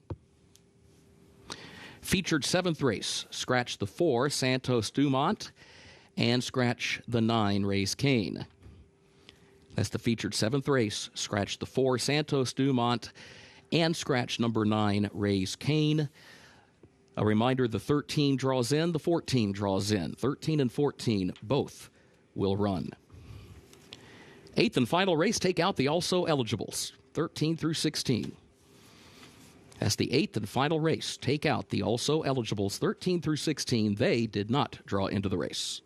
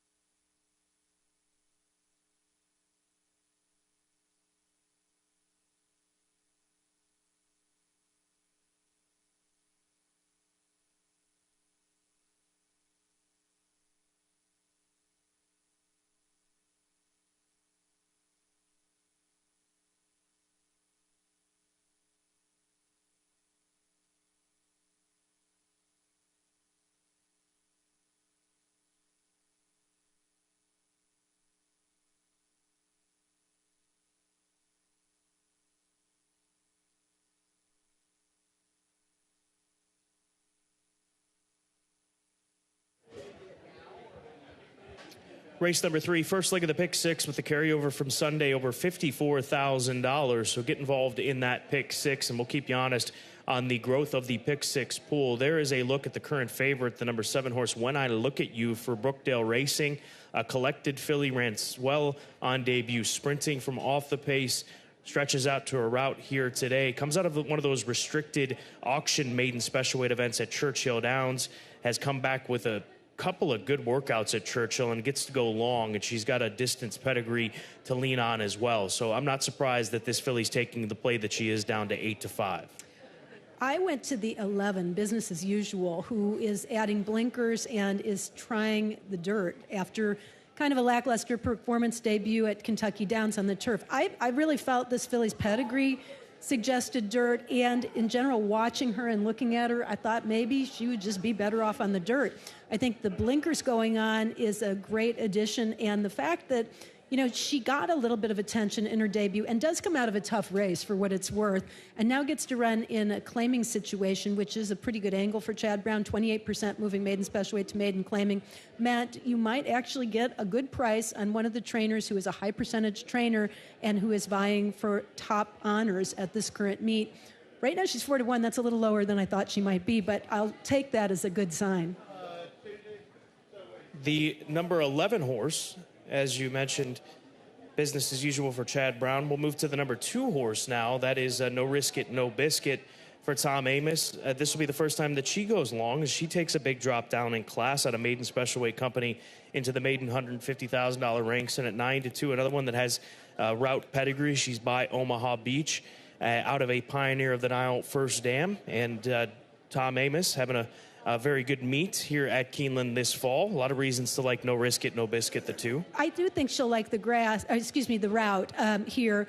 Remember that mile at Churchill is a 1-turn mile, and she ran an improved race, but I think the 2 turns will really suit her, as she seems sort of even paced, and I don't think she wanted to be rushed off her feet to stay in contention in that last race, where the pace was pretty heated early. She also has shown improvement in each of her starts, so if that continues, she's sitting on a big race right now, and I would say 9-2 seems about fair. It's a little bit better than what her morning line odds were. I know you liked the 6, Standout Sensation, a little bit, or I did, rather, moving from sprint to route, 3 straight sprint races, in fact, and all of them made the special weights, although 2 of the 3 were restricted, so they were a little bit easier than what the typical wide open maiden special weight is all about. Still, I just think that this filly was really spinning her wheels and struggling to stay up close on turf as well as dirt, and now getting the chance to be in the first tier of horses at a little bit more leisurely pace, going a mile and a 16th, could make a huge difference. It's also a good angle for Brett Calhoun, going from maiden special weight to maiden claiming 31%, and from sprints to routes 22% success rate. So a lot of things to like about this long shot. And we've seen so far today, Scott, I think a fair racetrack, main track as far as running styles are concerned, but also very evenly matched races that lend themselves to horses at good prices. Yeah, and this is an evenly matched race just looking at the tote board, because the 2 longest shots in the field are 16-1. One of the horses that you just mentioned, Standout Sensation, who there are cases to be made. And then what about the action on the first-time starter, Mother Freedom, the 3 horse out of the Sarah Hamilton barn? She's got a nice pedigree. She's by the champion West Coast, and the mare has been very productive. She has produced 4 winners and also a stakes winner in amongst those winners. So a good start to the pick 6 here on this Wednesday card. Again, the carryover from Sunday, $54,575, and you've got less than 13 minutes to get all wagers in here at Keeneland.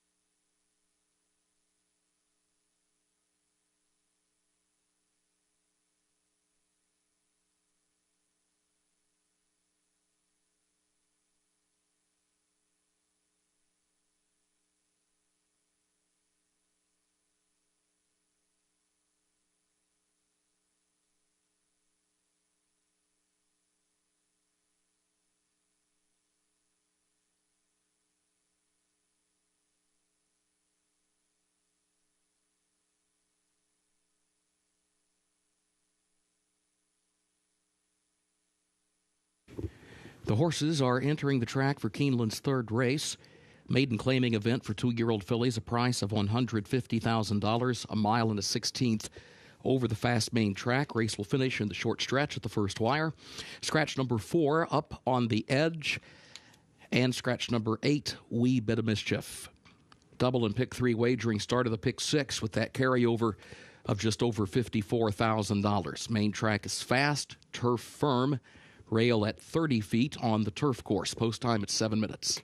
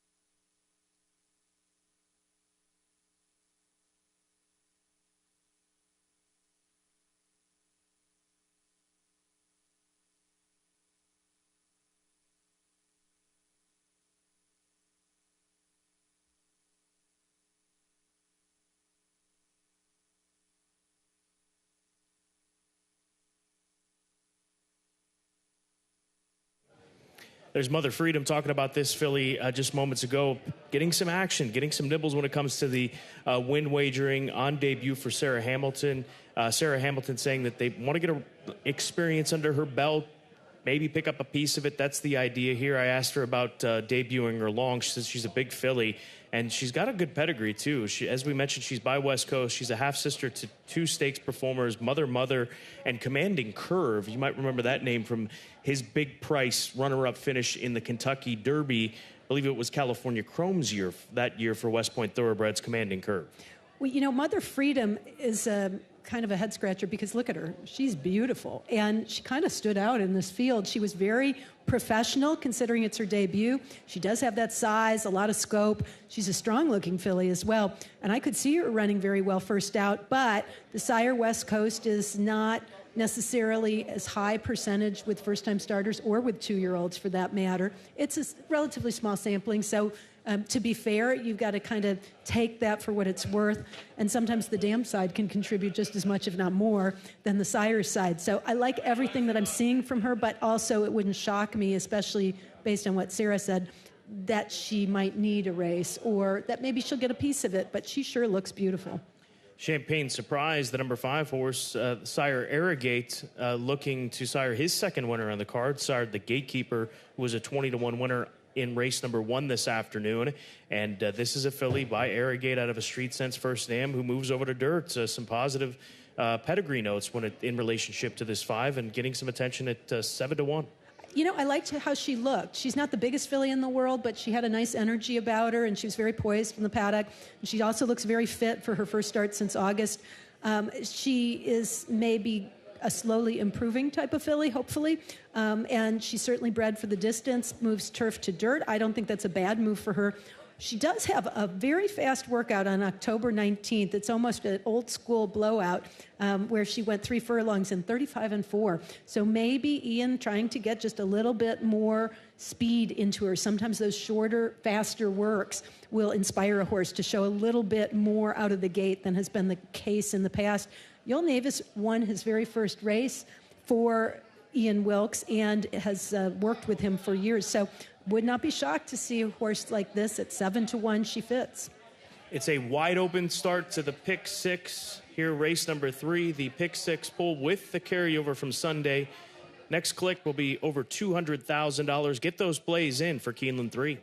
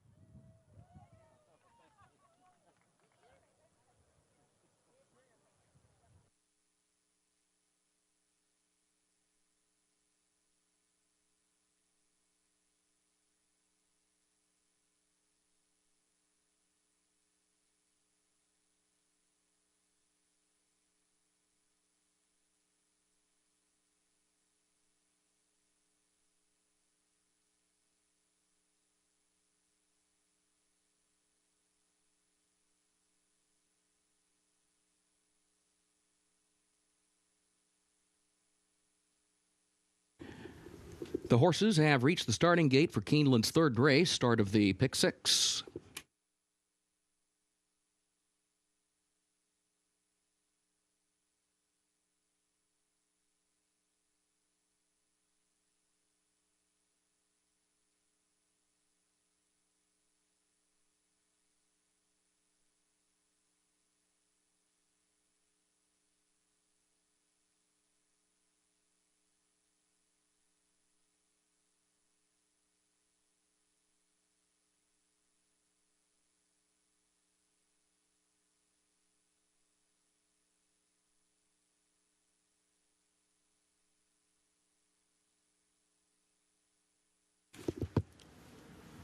Moving into line for race 3, start of the pick six.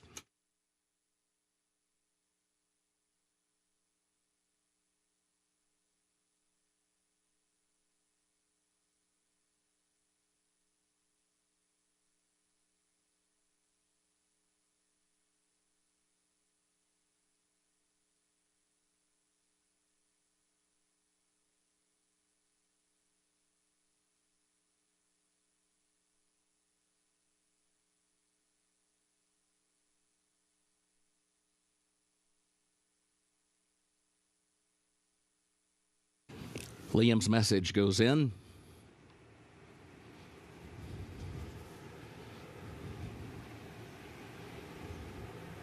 Mother Freedom comes forward.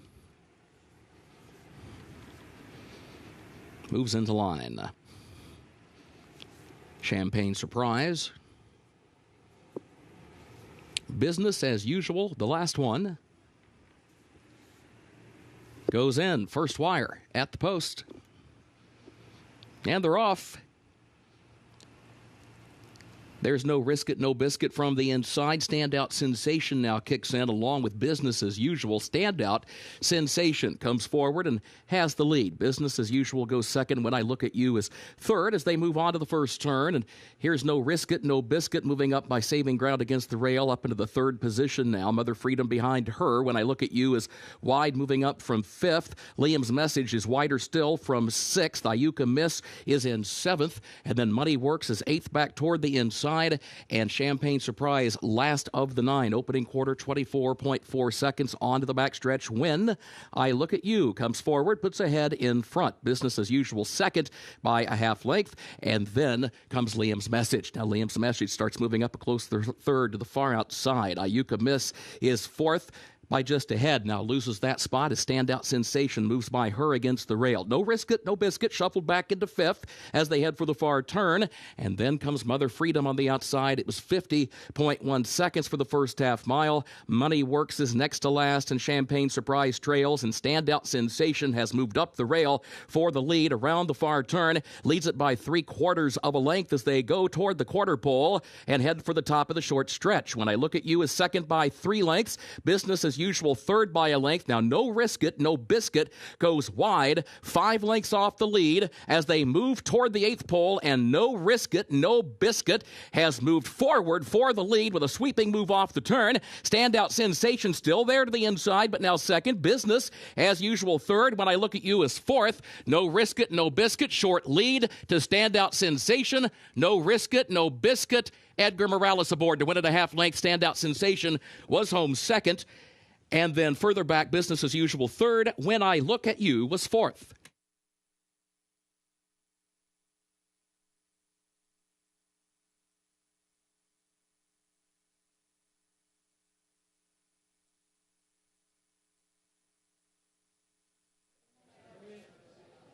No Risk It, No Biscuit, widest of the 4 that turned for home in front of the rest. And the Daughter of Omaha Beach off the pace, bet down to the post-time favorite at odds of 2-1. Tom Amoss, Joe Politi with the Omaha Beach filly going 2 turns for the first time. Wasn't a fast pace, but was able to close here today. Edgar Morales was able to take advantage of that inside post and saved all the ground for as much and as long as he possibly could before it counted. And I do think, as close as the finish was, that made a difference. Has some horse left in reserve, whereas the 6 Standout Sensation did have to battle on the front and took turns. It was a heads-up ride from Raylu Gutierrez as well, who opted to take off about midpoint of the race and just gets out-edged at the end by a little bit stronger No Risk It, No Biscuit. Also running in spurts was the show horse, the 11 Business as Usual, but she wasn't any match for the top 2.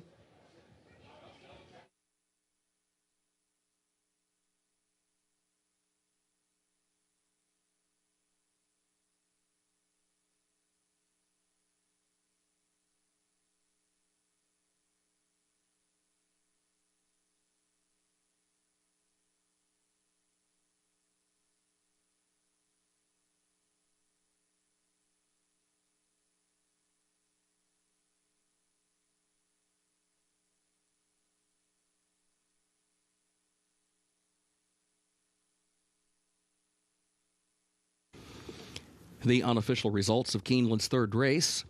Number 2, No Risk It, No Biscuit, finished first. Number 6, Standout Sensation, was second. Number 11, Business as Usual, third. And number 7, When I Look at You, finished fourth. 2, 6, 11, 7, unofficial.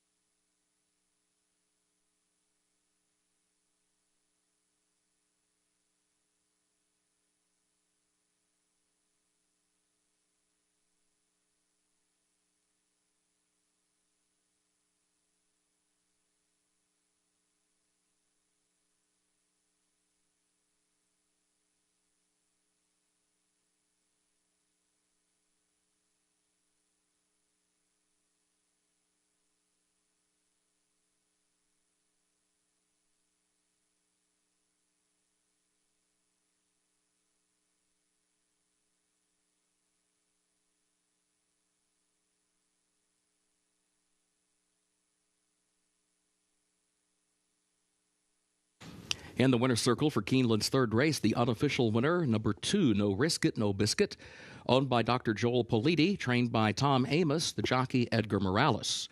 No Risk It, No Biscuit, 2-year-old filly by Omaha Beach out of Chateau Hope by Pioneer of the Nile, bred in Kentucky by Clarkland Farm, LLC. Mile and a 16th over the fast main track, 1 minute 47.77 seconds. Third race, results official. 2, 6, 11, 7, the official results.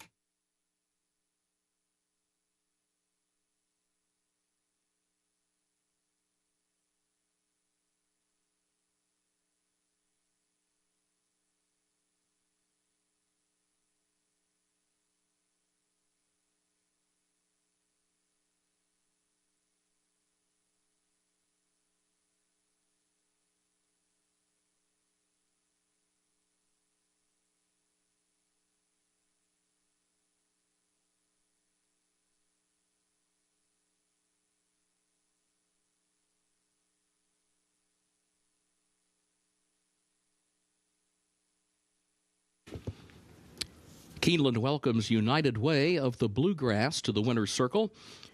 Keeneland is proud of its long-standing partnership with United Way of the Bluegrass, which continues Keeneland's founding mission to enhance the quality of life in central Kentucky. Keeneland is especially excited about the newest Waypoint Center at Centro de San Juan Diego, as it will positively impact a neighborhood where many horse industry workers and their families live. The Centro Waypoint Center was made possible by an investment by Keeneland and will serve a diverse clientele, including individuals who primarily speak Spanish or Swahili. Keeneland President and CEO Shannon Arvin is joined in the winner's circle by United Way of the Bluegrass President and CEO Timothy Johnson.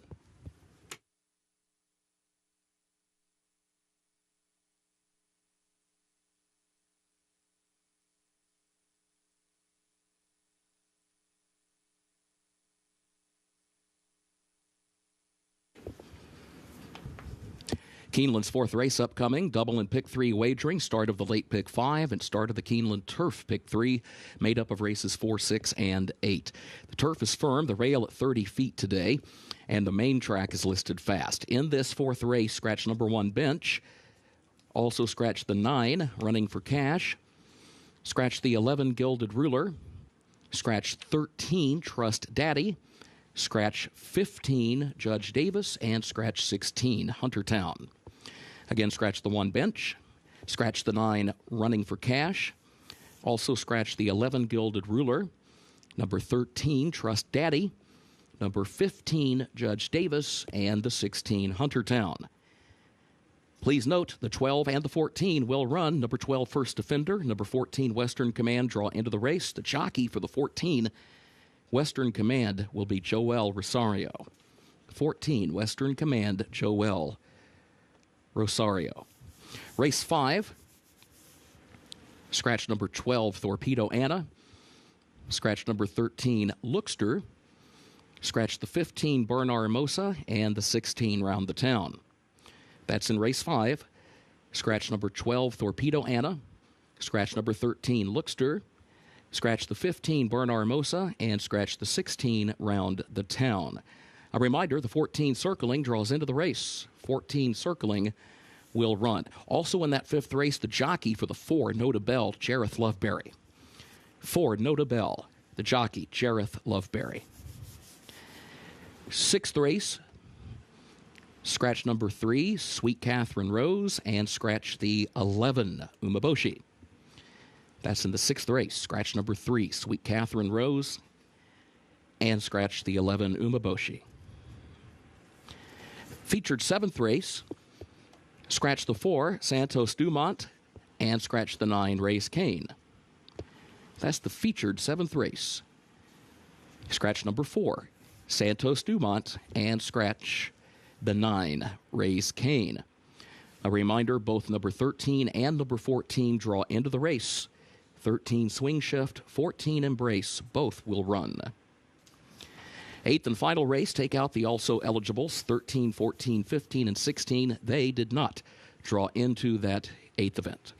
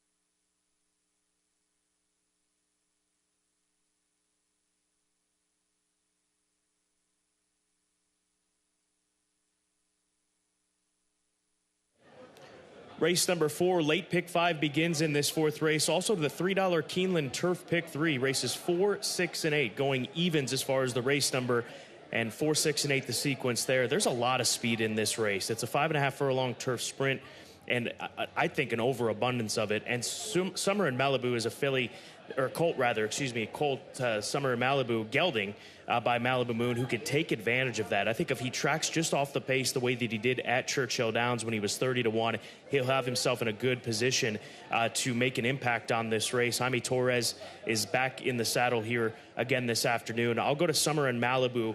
From a trip handicapping perspective, that's how I approach this race. The setup is there for him to take advantage of with all the speed in this event.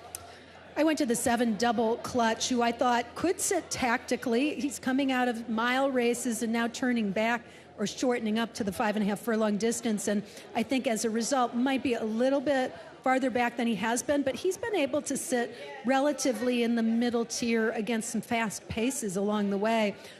This is the first time he's tried this distance, and it is a question mark for sure whether with his style it's the ideal distance. But he's a first-time gelding, and his training has been very sharp in the morning here at Keeneland. He put in a best of the morning workout on October 17th. So to me, that signals perhaps that he is going to be a little bit sharper. Now he has run against really good horses, including Up to the Mark at Gulfstream, comes back off the layoff, and has shown he's capable of a nice run when he's fresh. Arabian Prince, the number 2 horse, draws the rail now, post 1 with the scratch of the 1 bench. So Arabian Prince, Ray Gutierrez, what is he going to do from this inside post? That was something that I wasn't considering in handicapping a few days back for this card, but I think that you've got to respect his form as Bobby Barnett brings this runner in here to Keeneland Racecourse, son of Mshawish. He's 1 for 27, but he's got 10 combined seconds and thirds, so he knows how to run well, and it's, I think, become a more difficult situation here drawing the rail. But at 10-1, if you're playing exotics, or if he can get through and work out a trip, he would not be a surprise, in my opinion. He's been a horse who's had legitimate trouble, but the question is, after how many times of having some troubled trips, do you continue to give him the benefit of the doubt? Today, the price is still right at 10-1. He comes out of a race in which he was third to Beatty Valesky. Beatty Valesky came back over the weekend against a good group of horses and ran third. So I think Arabian Prince probably fits with these.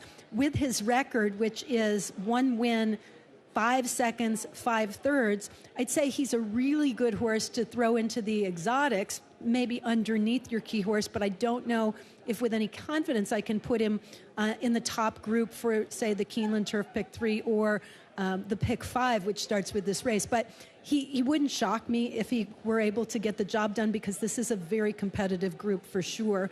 And I know that you also gave a look to the 10. Donegal Mischief, who is a horse that I didn't know what to do with, broke his maiden very impressively at Evangeline Downs in July. He comes off the layoff. He's changed barns. He's now with Brad Cox. Cox is really good with these new horses in his barn. And it looks like Donegal Mischief is really fast, but that could turn out to be both a blessing and a curse, the way this race comes together. Yeah, it's just a much tougher situation. I didn't know what to do with him in the same perspective. I didn't want to leave him out of the conversation because of the fact that these connections opted to send him up to Brad Cox here at Keeneland, and obviously running in this first level allowance condition. But this is going to be a gauge of what's to come for Donegal Mischief here today, as he's the 5-2 co-favorite in this race. We'll round out the conversation with your third selection, Kate, and the number 6 runner. That's Sharingo for George Weaver. Blinkers go on the Bolt Doro colt as he comes off of a Kentucky Downs run and ran well at Monmouth back in August. Yeah, and I like the fact that he had some good form prior to finishing 6th. Although it wasn't a bad race, it wasn't his best race. He's since trained very, very well at Saratoga. It looks like he is a good workhorse, and maybe with the addition of blinkers, we'll be able to sit just a little bit closer than he has and provide a bit more focus. His best race was when he was just a couple lengths off the pace, wound up beating ahead for all of it at this level. And he's another horse that kind of things seem to need to go right, but at the same time, I wouldn't be shocked if they did, particularly with the meet's leading rider, Louis Saez, up. $3 Keeneland Turf Pick 3 and the late Pick 5 begin next at Keeneland.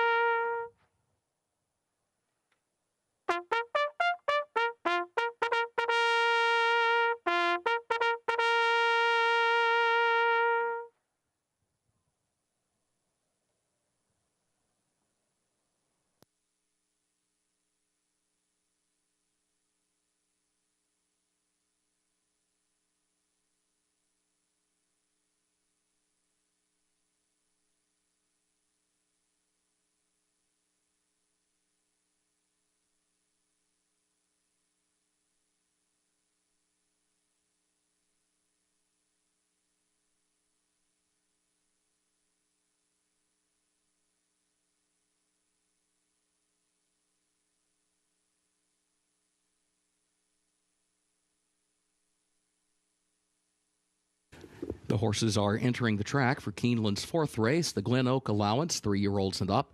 5.5 furlongs over the firm turf, the rail at 30 feet today. Scratch number 1, Bench. Also scratch number 9, Running for Cash. Scratch the 11, Gilded Ruler.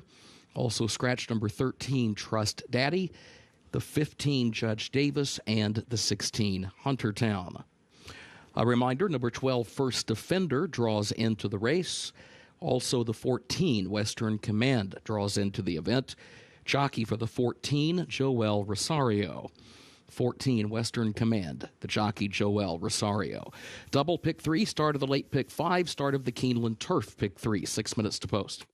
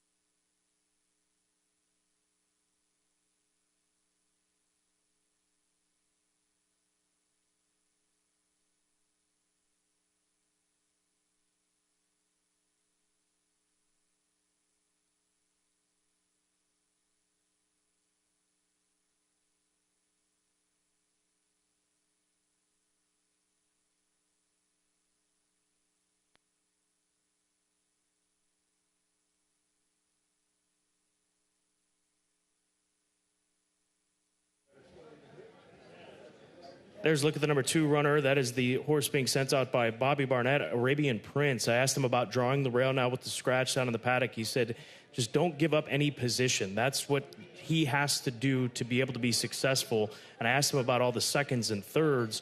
What's it going to take? He said, a clean trip. And oftentimes that it's as simple as that. And I know it's not as simple as producing that in these deep races, but at 11-1, this is not a horse that would win this race and be an absolute shocker at that kind of a price. There is form on Arabian Prince. Now, Bobby Barnett, long time, really good horseman, probably doesn't have the numbers in his stable anymore that are going to produce the eye-catching numbers that make horses like his get bet. I think if this horse were in a different barn, you might even see a lower price in terms of the odds, but as a result, you get good value at 12-1.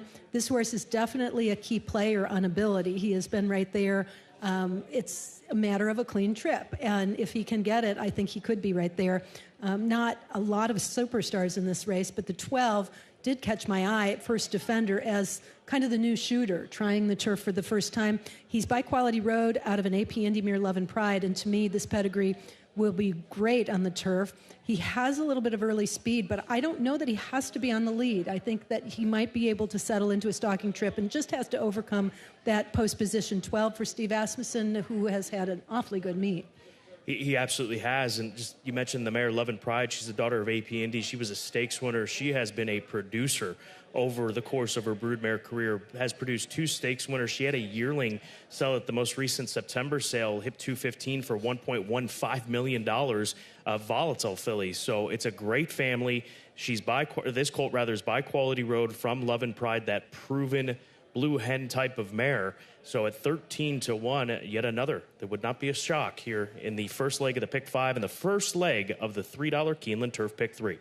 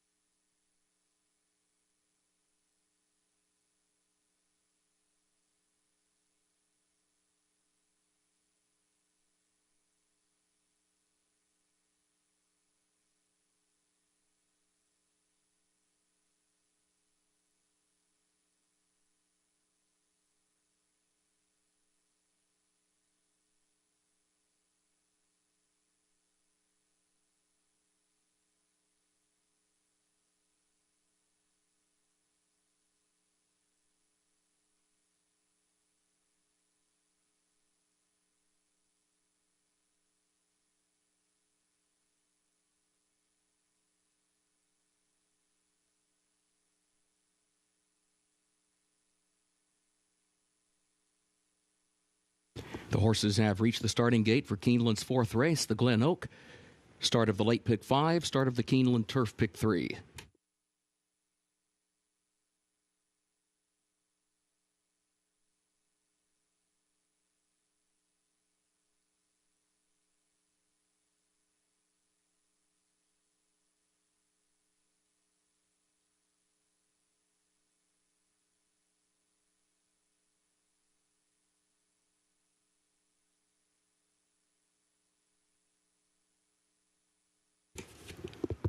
Moving into line for race 4.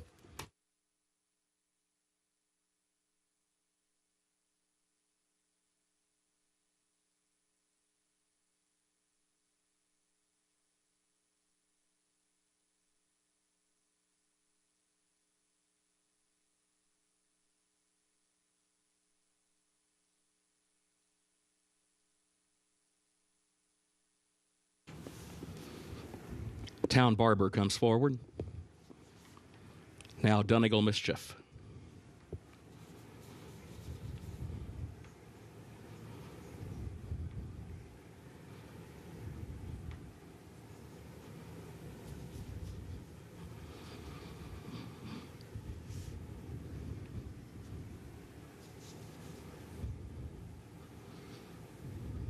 Chiringo. And First Defender into line.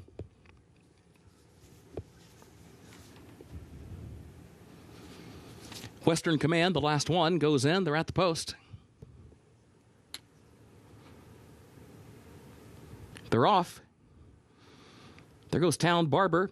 Town Barber, Donegal Mischief. These two come forward in the opening strides. First Defender is away running third up on the outside. Just Say When is in fourth. Then Double Clutch is fifth. Western Command is sixth. Going to be caught wide to the far turn, 5 lengths off the lead. Then a break of 4 more lengths to Summer in Malibu, who travels along in the 7th position.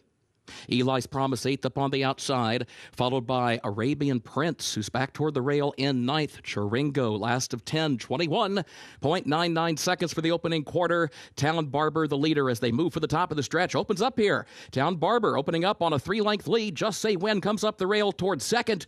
Donegal Mischief tries to respond to that challenge, and then comes Double Clutch. Now Donegal Mischief is trying to pick it up with Double Clutch, trying to catch Town Barber. Just Say When is in the chase, but still fourth down toward the inside. Town Barber, here's Just Say When. Just Say When, Double Clutch. Donegal Mischief from the outside. Just Say When up the rail to the lead. Double Clutch runs on from the outside. Just Say When wins it for Flavian Pratt. Double Clutch was home second. And then it was Town Barber third. Donegal Mischief fourth.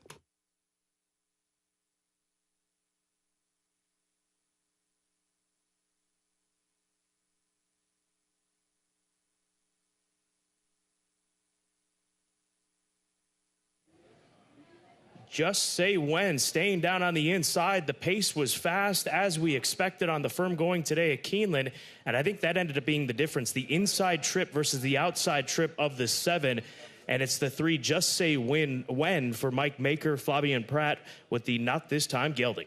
Well, no surprise, but Flavian Pratt timed this beautifully as well, because the 7 Double Clutch was coming, but he just had the jump and wasn't able to close the gap with Double Clutch. Winds up second, and the 5, who ended up doing a lot of the heavy lifting close to the pace, ends up saving the show at big odds.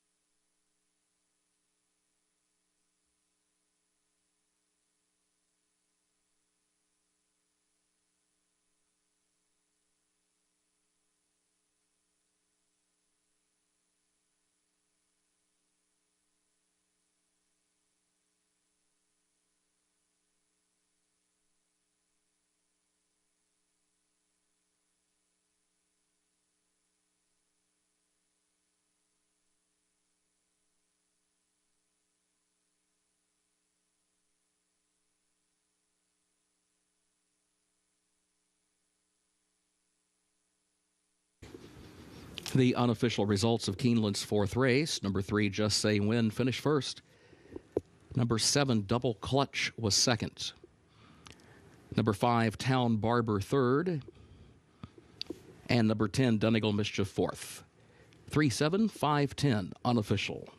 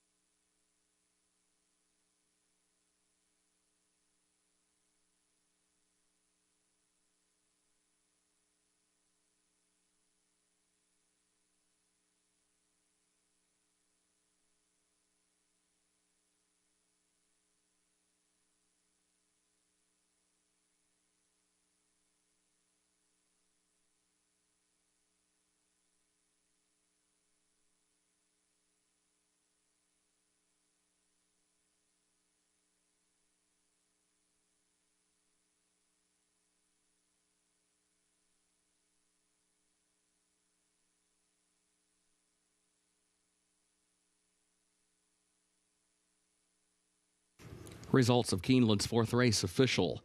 3-7, 5-10, the official results.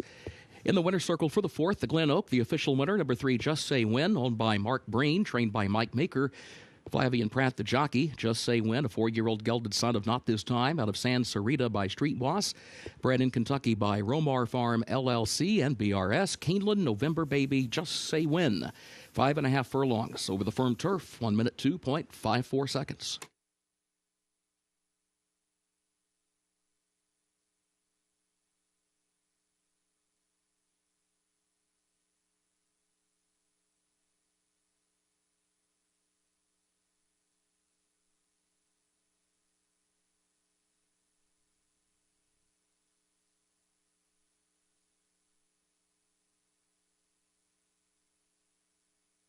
In the winner's circle, the Glen Oak Trophy presentation to the connections of Just Say Win.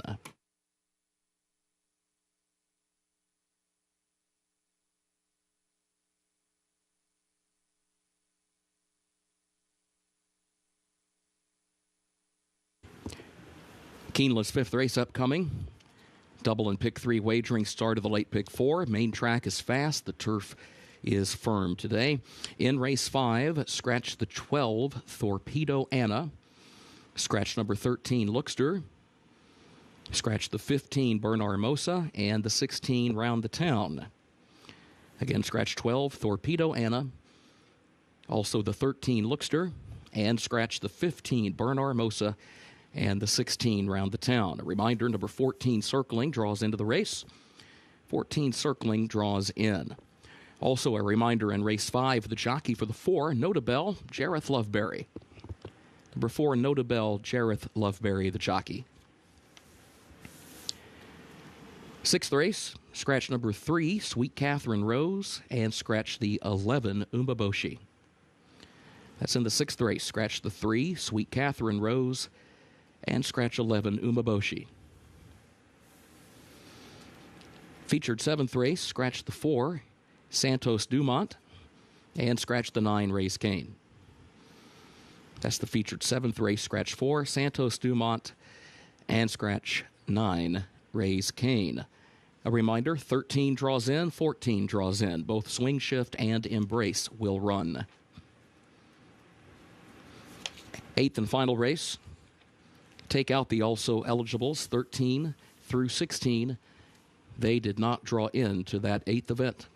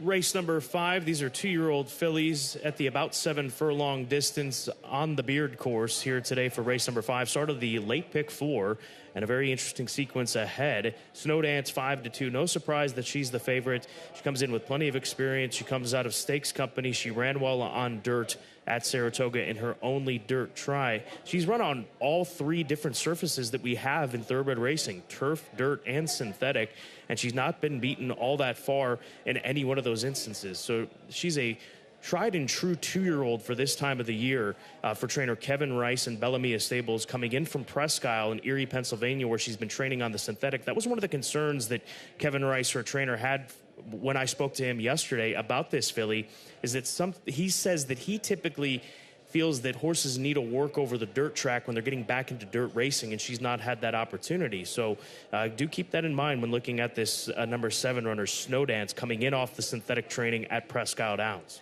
Yeah, I used her in the 3rd spot as well, but that does concern me just a little bit. That, and also the fact that she is a speed horse. When she shipped into Saratoga off of 2 turf, I should say she was at Saratoga, but raced off of 2 turf races, she showed speed going 7 furlongs and then flattened out a little bit. Now, it was good company. Alpine Princess looks like a very solid contender. The 3rd place finisher came back to win, but I don't know if that is ideal for her to be on the lead in here. I'm thinking that some of the others in here may show some speed as well, especially among the first-time starters, but certainly respect what she's done thus far, and the bettors do as well, as she's the 5-2 favorite. I went to the 8 Regulatory Risk, who's actually 8-1 odds. That's a bit of a surprise to me. She is a half-sister to some very useful runners, Palm Cottage, Where Paradise Lay, and she was bet down to favorite in her debut at Churchill Downs. Now, she didn't get out of the gate that quickly. She was just a little bit flat-footed and then lost position and seemed to lose interest at 3/4 of a mile. The pace was pretty swift in the early stages of the race, and she did always look outrun.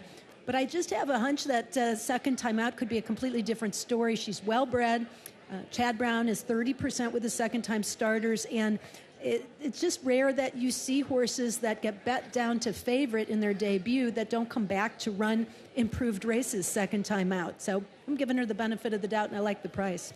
Tarifa, the number 3 horse, Brad Cox had a 2-year-old filly, went on debut last week, and this filly's been working right with her. If you watched today at Keeneland, it was on the Clocker Report.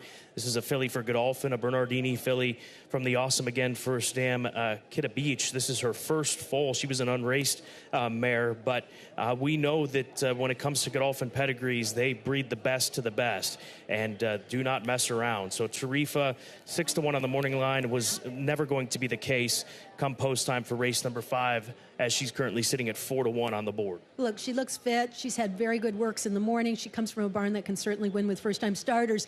The one caveat to this would be that Bernardinis tend to get better with racing experience versus win first time out.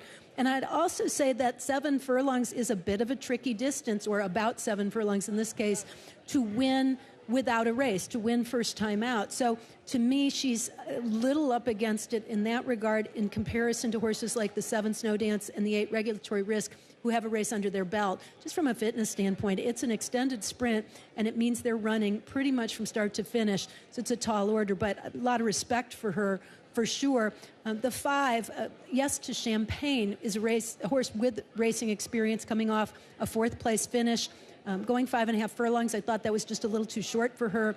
Ian's had a very good meet, Ian Wilkes, and I think that she could definitely improve second time out. She will be running late versus involved in that early mix, but she's kind of a progressive type of horse that at 6-1 is a viable alternative, I think.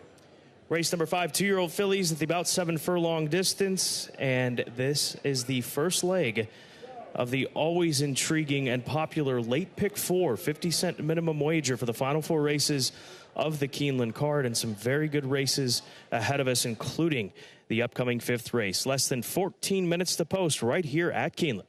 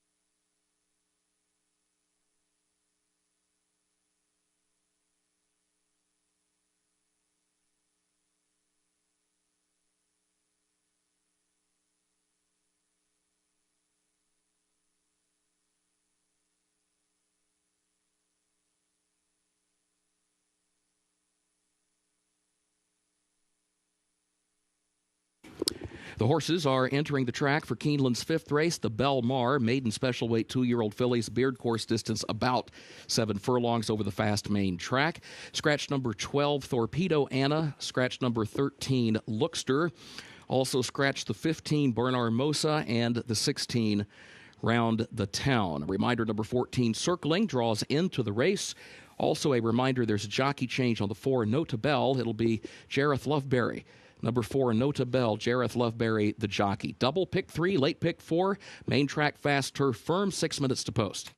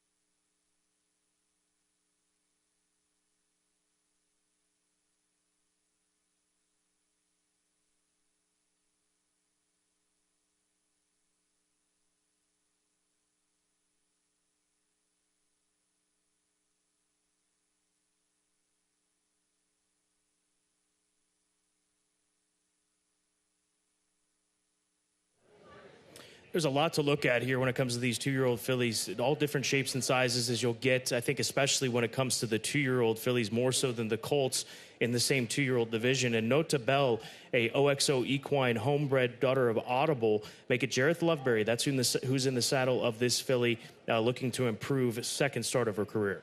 I just was struck by how well balanced and how just a very attractive, pretty filly who carried herself with some confidence in the paddock for only her second start. She's trained pretty quickly at the training center and comes in off of a race at Horseshoe, Indianapolis, in which she did not get out of the gate well at all, spotted the field about 10 lengths after just kind of breaking awkwardly, kind of bouncing out of there, hopping in the air, if you will. Wound up beating only a couple of lengths, going 5.5 furlongs. So the 7/8 would seem to be right up her alley, and I liked her looks. I think that you're going to see a much improved performance, and she could be a bit of a surprise here at 8-1. This is a nice angle for Paulo Lobo, second time out, 21% winners. The 9 Scenic Beauty is a stunner. She is absolutely gorgeous. And Dwayne Lucas telling me he feels that maybe longer will be better for her on down the line. She's not the quickest filly, is one of the comments he made.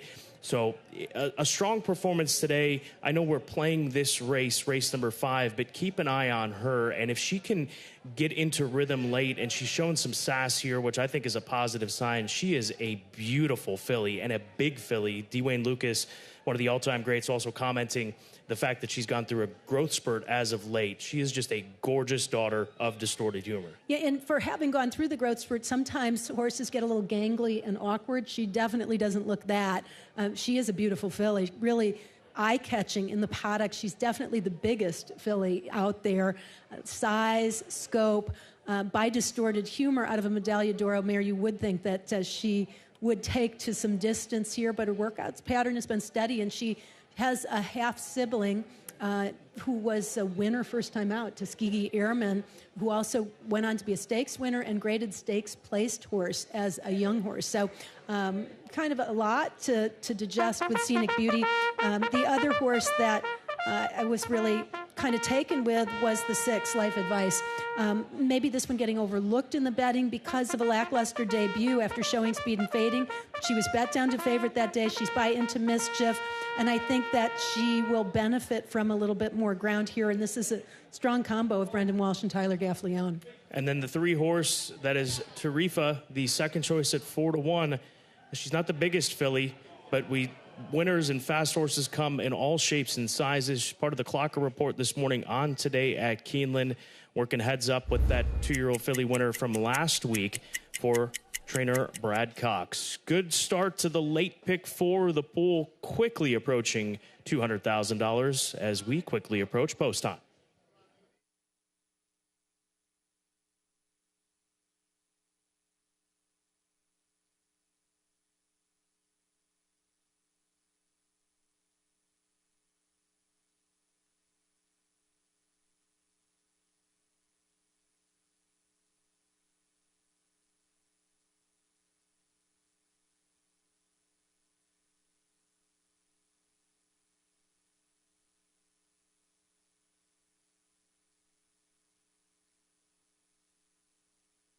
Horses have reached the starting gate for Keeneland's 5th race, the Belle Mar, start of the late pick 4.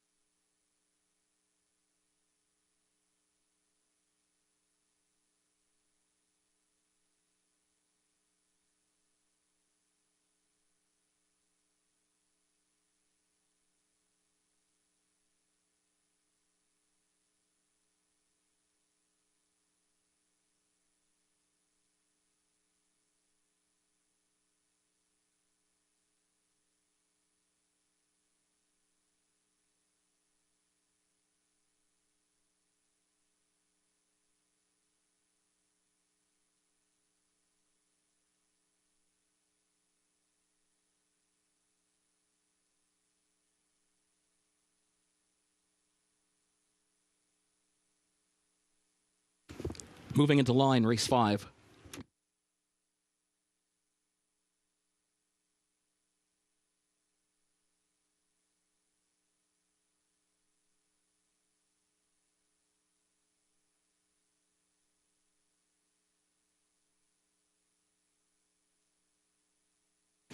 Idalou goes in, now Note to Bell. Yes to Champagne comes forward.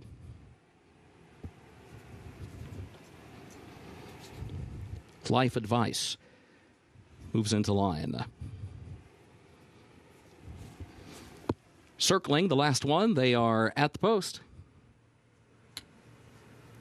And they're off. Life Advice, Regulatory Risk, Snow Dance.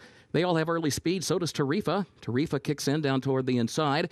Snow Dance and Life Advice go 1-2, though. Regulatory Risk 3rd. Idalou 4th. Tarifa 5th. Circling 6th up on the outside. Yes to Champagne is 7th. Note to Bell is 8th. Waggle Pass is 9th. Scenic Beauty 10th. A break of 5 more lengths. Then back to the 2 trailers as they head up the back stretch. It is Street Where You Live, who's tucked away to the inside of Divine Treasure. 22.57 seconds was the time for the opening quarter. Snow Dance, Life Advice contesting the lead to the far turn. Tarifa moves up the inside to challenge Regulatory Risk for that 3rd spot. In some traffic there, had to check, lost about a half length or so onto the turn. Now Idalou is trying to move up to the outside of that one in 5th, and then Circling is 6th, followed by Note to Bell, 7 lengths off the lead as they round the far turn. Snow Dance, Life Advice, they go at it for the lead. Now Tarifa again starts to look for some running room, has to thread the needle, now finds the running room she needs and swings toward the outside, moves by Regulatory Risk, draws alongside of snow dance, and here's Tarifa for the lead.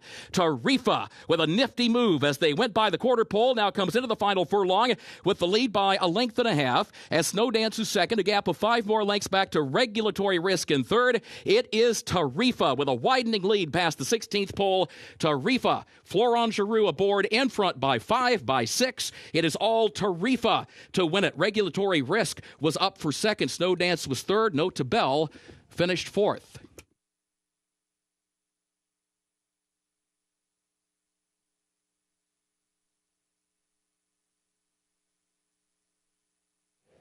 Miles the best. Tarifa on debut as she didn't have the cleanest trip. Looked like she had to check there around the turn, but once she worked her way out of the inside and into the clear, she dashes away from this field. The Godolphin homebred in full flight to the wire here in race number 5. You could see that the 7 Snow Dance, the 8 Regulatory Risk, tried to kind of keep her in a position, but she could not be contained, just running away from the field. And going to be fun to see how she can perform even going longer, because it looked like there was a lot left in the tank.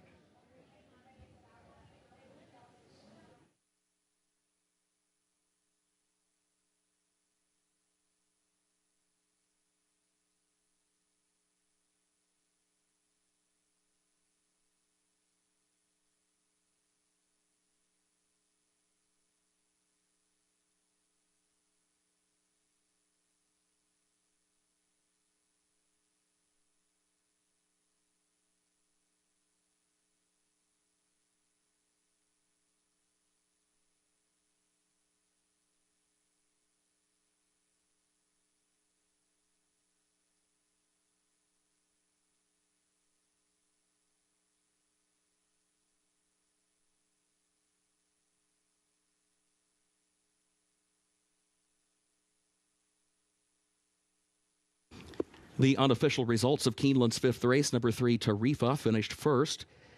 Number 8, Regulatory Risk, was second.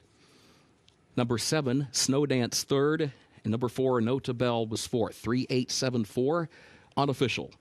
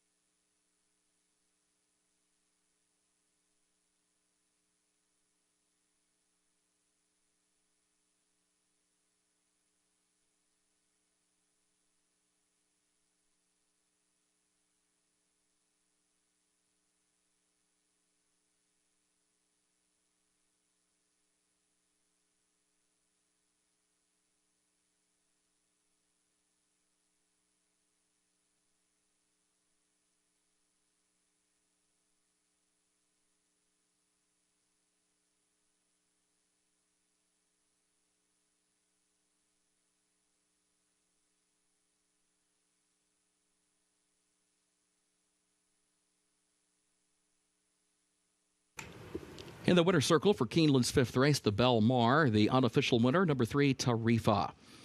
The winner, owned by Godolphin LLC, Muhammad Al Maktoum and others. Fact bred in Kentucky by Godolphin, trained by Brad Cox, and ridden by Florent Giroux. Tarifa, 2-year-old filly, by Bernardini. Out of Kite Beach by Awesome Again. Beard course, about 7 furlongs, 1 minute 28.51 seconds.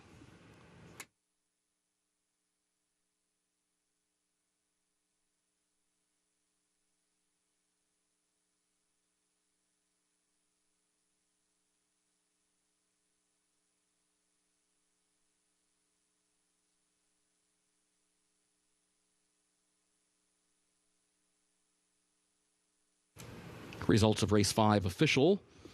3-8-7-4, the official results.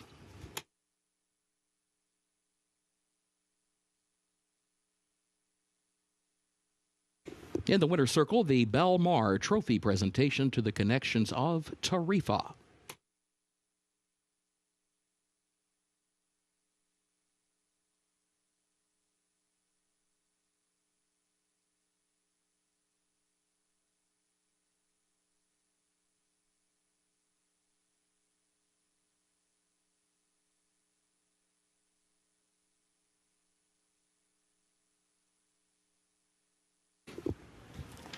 Keeneland 6th race upcoming. Double and pick 3 wagering starts the last of the day's rolling pick 3s. The turf is listed firm and the rail today at 30 feet. Scratch number 3, Sweet Catherine Rose, and scratch the 11, Umaboshi. Again, scratch 3, Sweet Catherine Rose, scratch the 11, Umaboshi. Featured 7th race, scratch number 4, Santos Dumont, scratch the 9, Race Kane. That's the featured 7th. Scratch number 4, Santos Dumont, and scratch number 9, Race Kane. A reminder, the 13 and the 14 both draw into the race. Swing Shift and Embrace both will run. 8th and final race, take out the also eligibles, 13 through 16. They did not draw into the race.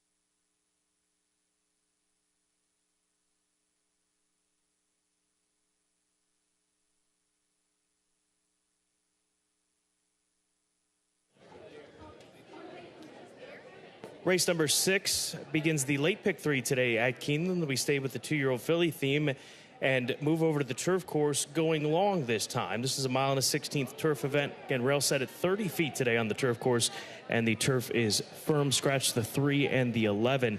The number 10 horse getting plenty of attention. Most sense for Eddie Keneally, a street sense filly with Saez. Takes the call here today. Blinkers go on. I think that she's a filly that absolutely can take a big step forward, as she was able to do in start 2 of her career, moving over to turf, but start 2 for her on the turf course in her 3rd race overall. Most sense, not surprising that she's getting this kind of attention on the board with the way that she's run in both races. And that's even with recognizing the fact that she won on debut on dirt, and she ran better on turf in defeat in her 2nd career start. Yeah, I understand why she is getting played. I think she has a tricky outside post to contend with, but the talent is certainly there, is the progression. Same could be said for the 6, Ask Amanda. She's actually 3-1 second, or excuse me, she is 3-1 co-second choice with the 5 Smooth Waves. Graham Motion has this Daughter of Summer Front making her 2nd start in her 1st try around 2 turns. And it makes a lot of sense when you think about how she won going 5.5 furlongs from back of the pace, then drawing off at the end. She really seems to me the type that is crying for more ground, but she was very professional in her debut. It might not have been the fastest time in the world, and this is certainly a tougher group of horses on the whole, but she really looked good doing it. It was from an outside post position, and nothing seemed to stand in her way at all. She's trained well since then and gets Johnny Velasquez here, which to me speaks volumes as to the potential and confidence that trainer Graham Motion may have in the 6. Ask Amanda. Smooth Waves, the number 5 horse, 3-1. Part of that co-second choice portion of the win wagering right now. She was feeling rambunctious just a moment ago in the saddling stalls as they keep her in there and keep her busy. Smooth Waves. This is a filly that we saw in the Grade 2 Jessamine Stakes at the beginning of the meets presented by Keeneland November, and she was 6th that day behind Buku, who's on her way to the Breeders' Cup. I thought that she would be overplayed because of that race and the fact that she ran in Grade 2 company. But at 3-1, that's where she stands right now, as folks are willing to look elsewhere in this race. But she's another one that would not be a surprise, obviously, in this very contentious 2nd-level allowance race for the young fillies. No, because she's run credibly in each attempt around 2 turns. At Saratoga on good turf, she was only beaten 3 1/4 lengths and was pressing the pace early on a tiring good turf course. She came back at Kentucky Downs and obviously loved that course. But the Jessamine, you have to wonder, was it the competition or was it that it's not Kentucky Downs? That said, she is much sharper than she was when she ran in the Jessamine. I don't know if that's a good sign or a bad sign for her, but I think the Daughter of English Channel will be forwardly placed. And that, to me, is a good thing, given the rail placement. And even at the 1.16 I think this is the type of field where somebody, maybe not gate to wire, but could kind of help to run off her feet and run the rest of the field kind of down in the process. So also a very good combination of Tyler Gaffalione and Mike Maker looking for the 2nd win of the day for the barn. And to round out the top 3, I went to the 4, Reigning Sugar. This is just a price play that I thought was interesting by virtue of her pedigree. She's by Twirling Candy out of a Smart Strike mare. Absolutely wonderful pedigree for the turf. This will also be her 1st try around 2 turns. She broke her maiden on debut at Ellis Park, which is not an easy thing to do, and beat a solid field. She did it with ease, came back and struggled on the dirt, but maybe what she needs is the distance combined with the surface switch. Race number 6, part of the late pick 3. This is the 2nd leg of the $3 Keeneland Turf Pick 3 for those that advanced past race number 4. Best of luck in this 2nd leg at Keeneland.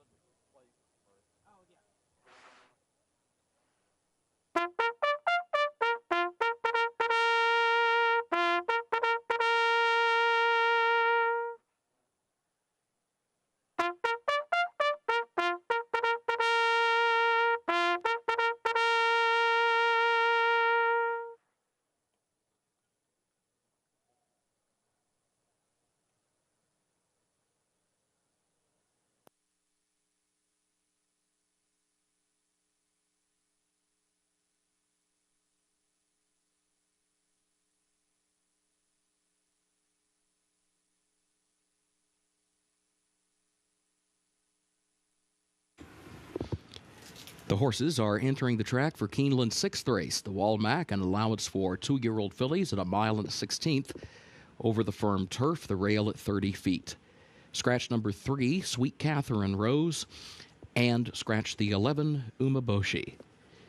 Double and pick 3 wagering starts the last of the day's rolling pick 3s, post time at 6 minutes.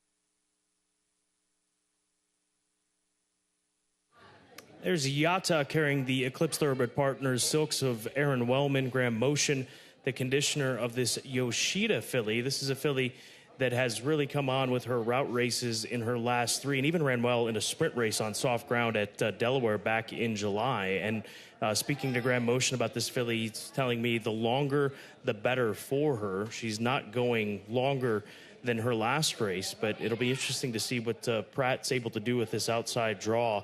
And if he can get her going into that far turn, I would imagine might be the game plan if she needs to get going a little bit earlier. I'm hopeful that there's a little bit of speed to her inside. I do think that the outside post is a disadvantage here. But I like the fact that she comes out of Stakes Company, and I loved how she looked on the track. She's very scopy. You can see her. She looks like she would cover a lot of ground, and you understand why Graham would talk about maybe the longer the better for her, because it seems like she's the type with that long stride that would appreciate the opportunity to go get into the race gradually and have more ground to work with. Both of Graham's fillies looking very, very good, the 9 Yada as well as the 6 Amanda.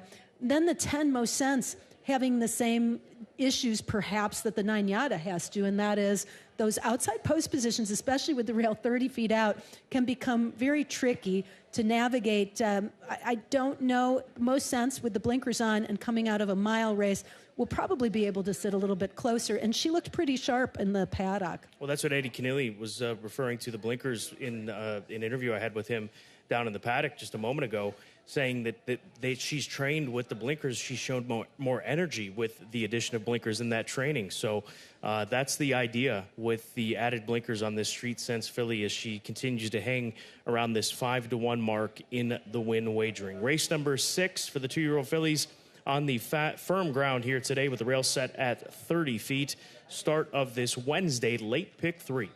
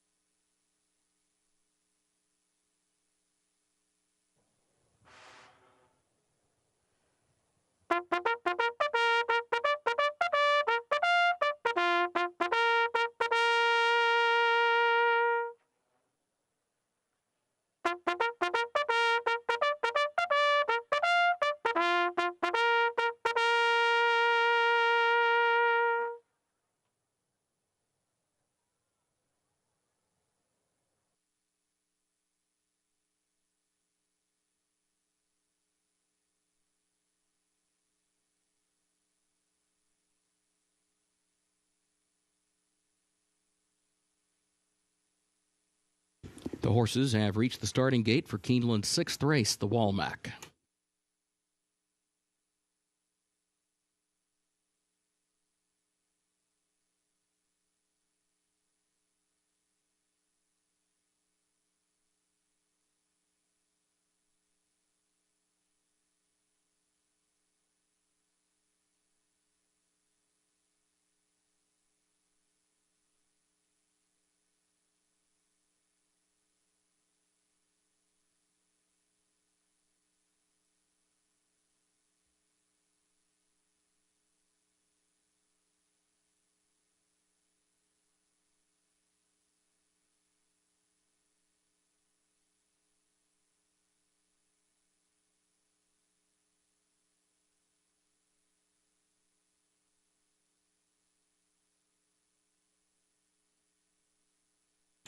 Moving into line, race 6.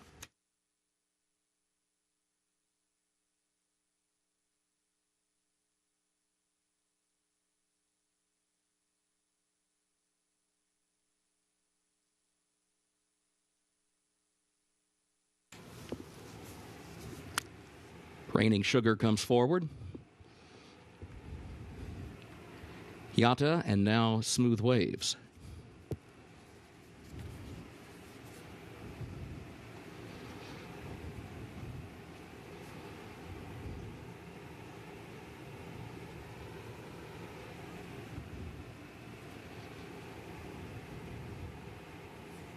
Mo Sense, the last one. Goes in, they're at the post.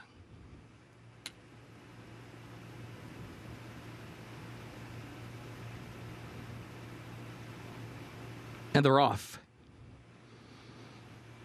Dozen Diamonds is there in the opening strides for the lead, along with Smooth Waves, and also Lucadia down toward the inside. Raining Sugar, followed by Ask Amanda as they head for the first turn. Dozen Diamonds, the leader. Dozen Diamonds leads it by a length and a half, gets over closer to the rail now. Lucadia is in the second position, joined there by Smooth Waves, who's there to the outside, now moving from third into second around the first turn. Raining Sugar, a lane off the rail in fourth, flanked by Ask Amanda in fifth. Gigi's World is sixth. Yata, seventh on her outside. Kamikaze Umagi travels in the eighth position, and Mo Sense is last of the nine, opening quarter 24.15 seconds. Dozen Diamonds, the leader. Dozen Diamonds leads at 3/4 of a length. Smooth Waves is second by a length. Lucadia next toward the inside. Ask Amanda toward the far outside is now in fourth. Raining Sugar is between horses in fifth, 3 lengths off the lead, followed by Yata, who's in sixth. Gigi's World comes next. Mo Sense next to last, and Kamikaze Umagi at the back. 49.8 seconds was the time for the first half mile. On to the far turn, Dozen Diamonds the leader, and Dozen Diamonds leads it by a length and a half. Smooth Waves starts to inch forward again just off the leader's flank into second, 3/4 of a length. Lucadia third, Ask Amanda fourth, Yata is fifth and has to go out to the center of the course. Raining Sugar's back toward the inside. Dozen Diamonds the leader. Lucadia now tries to find an opening. Yata coming forward. Ask Amanda is there but in fourth. It is Dozen Diamonds the leader. Yata runs on from the outside. 2 lengths though separate the top two. Lucadia third, and Dozen Diamonds has the lead out to 3 by 4. Dozen Diamonds, Rafael Bejarano aboard. Dozen Diamonds, a 14-1 upset. Yata was across the line in the second position, close for show.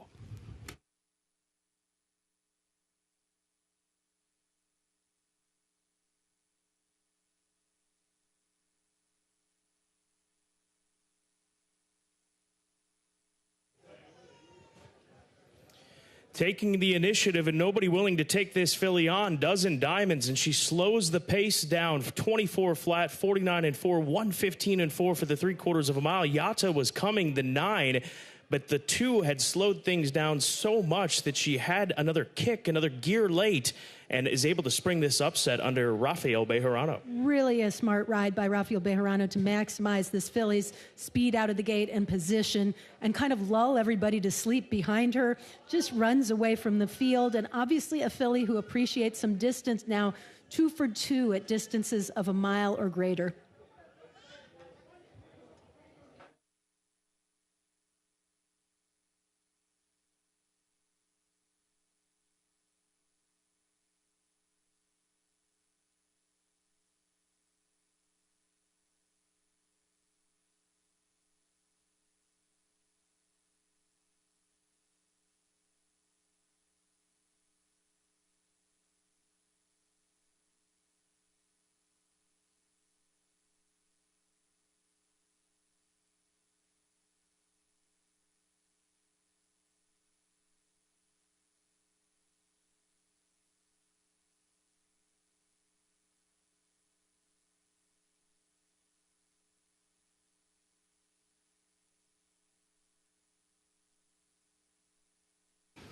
The unofficial results of Keeneland's sixth race: 2 Dozen Diamonds was first, 9 Yata second, 8 GG's World third, 4 Reigning Sugar fourth, 2984 unofficial.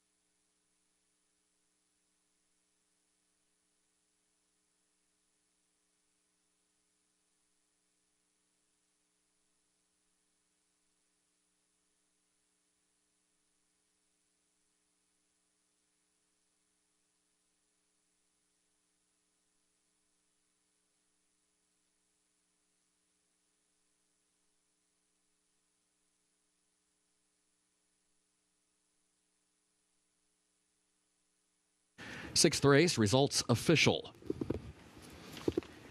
2984, the official results.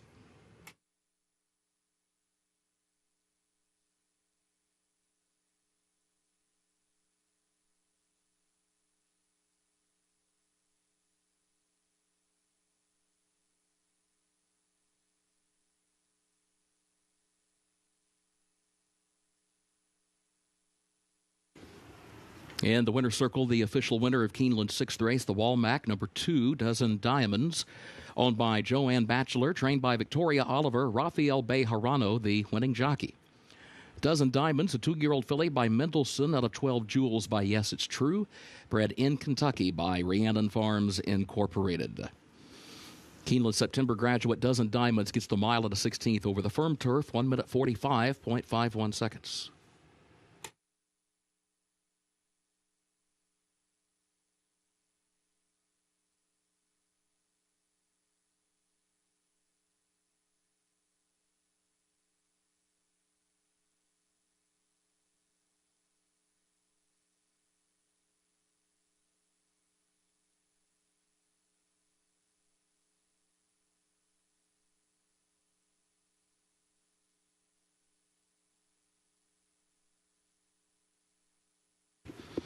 In the winner's circle, the Walmack Trophy presentation to the connections of Dozen Diamonds.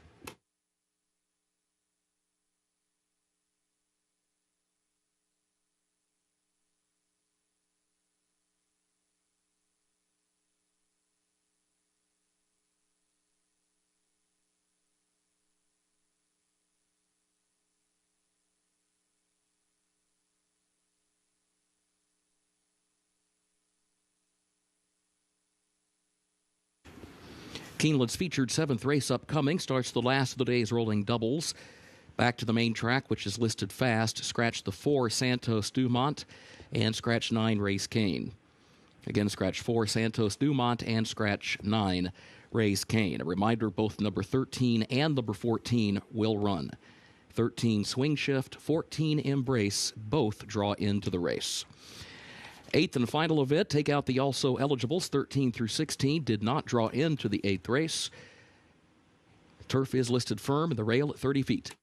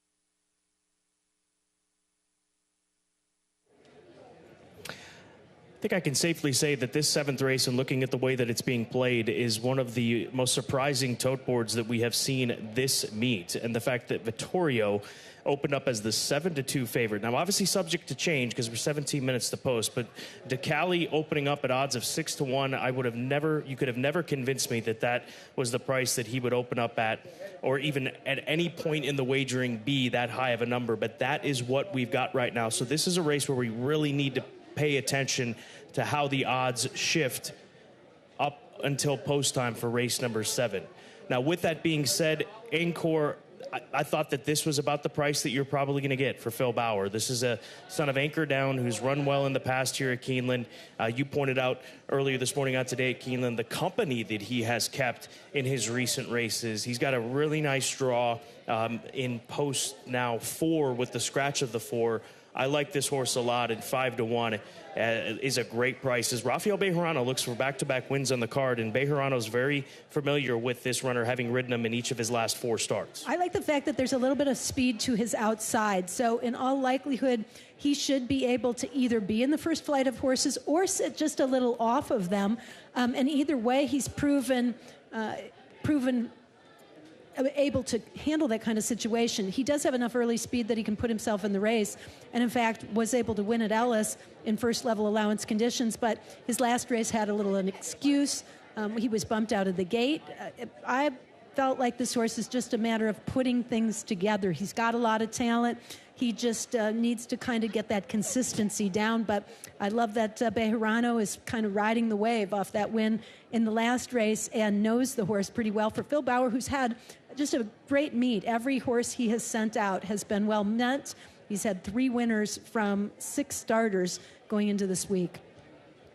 The number 10 horse, DeCali, 6-1. He's being saddled on the walk down the center of the paddock here at Keeneland as he comes back off the year-plus layoff. A runner that's, as we pointed out, had been running against some very tough competition dating back to 2021, a couple of years back. The likes of Cody's Wish, a Breeders' Cup winner, and Baby Yoda. He was able to win here at Keeneland back in October of 2021, but it's been a long time. His last race was not all that good as the beaten favorite in April of 2022. So, I think the tote board is telling you something on this horse, in my opinion. 6-1 is a big number next to this type of horse and these connections. So we'll see. This is going to be a very good gauge of what we can expect, I think, for DeCali moving forward as he continues to be saddled on the walk here in the Keeneland paddock. Well, he showed enough ability early on and comes from a good enough barn that it would be hard to completely ignore him. But at the same time, it's also very hard to take a short price on him. You don't have a short price right now. You have 6-1. And I agree with you that might be very telling. But by the same token, it's not often that you get the opportunity to bet on a horse like this at 6-1. He has good early speed. He's going to be positioned to the outside. He has won over the track. It is a tall order, in my opinion, to win off that long, long layoff at the 7 furlong distance because the horses are asked to run the entire time. You can't really get a breather. Yes, it's a little bit more relaxed in the opening 1/8 of a mile or so in comparison to, say, 3/4 of a mile, but that's about it. They still have to run and run pretty hard all out for the entire 7/8 of a mile. So I do think it's a tough task, but at the same time, the Juddmonte homebred has shown a lot of ability. So won at Saratoga to break his maiden, came back and won an allowance company here at Keeneland going a mile. I think he's going to be running again, though. He's got company to the outside. Major Blue can show speed, and actually even the 5 Anchor could show speed potentially. I used him in the top 3, but I thought that the 7 had a lot of upside. At 5-1, Nelson Avenue is a first-time gelding. He was second in his most recent try at the fairgrounds. Now, that was all the way back in January, but he is a horse who I think appreciates a little bit more room to work with. He was able to win, though, at 3/4 of a mile when he broke his maiden. So he's pretty handy, and he's not a need-the-lead type. I expect him to be just off the pace, kind of stalking. He's been training forwardly at Keeneland. Trainer Mike Stidham is very good at bringing horses back off layoffs, and he's been consistent, Nelson Avenue has, throughout his career. So if he can pick up where he left off, the son of Into Mischief is very interesting. Godolphin looking for their second win this afternoon. The 12-horse Condemn, he's the second choice. 4-1 right now for Tommy Drury Jr., who's had a really nice meet here at Keeneland Racecourse. Claiborne Farm, Adele Dilschneider, a homebred for this son of Medaglia d'Oro. They've got some decisions to make, and especially Joel Rosario with this outside draw, because he's got speed, but you don't want to get hung wide, and I also don't think that you really want to try to take back too far with a horse like this. So he's getting attention. It's going to be an interesting journey from this outside post for the 12 Condemn. Indeed, maybe not quite as tough from the outside as it would be if this were on the turf with the rail out. But that said, I still think that it's going to be a tall order for any of those horses to get position, especially with early speed. They kind of have to be used a little to make sure that they clear the field and are up front early. Race number 7, our featured event on this Wednesday card, starts the late daily double here at Keeneland. Good luck.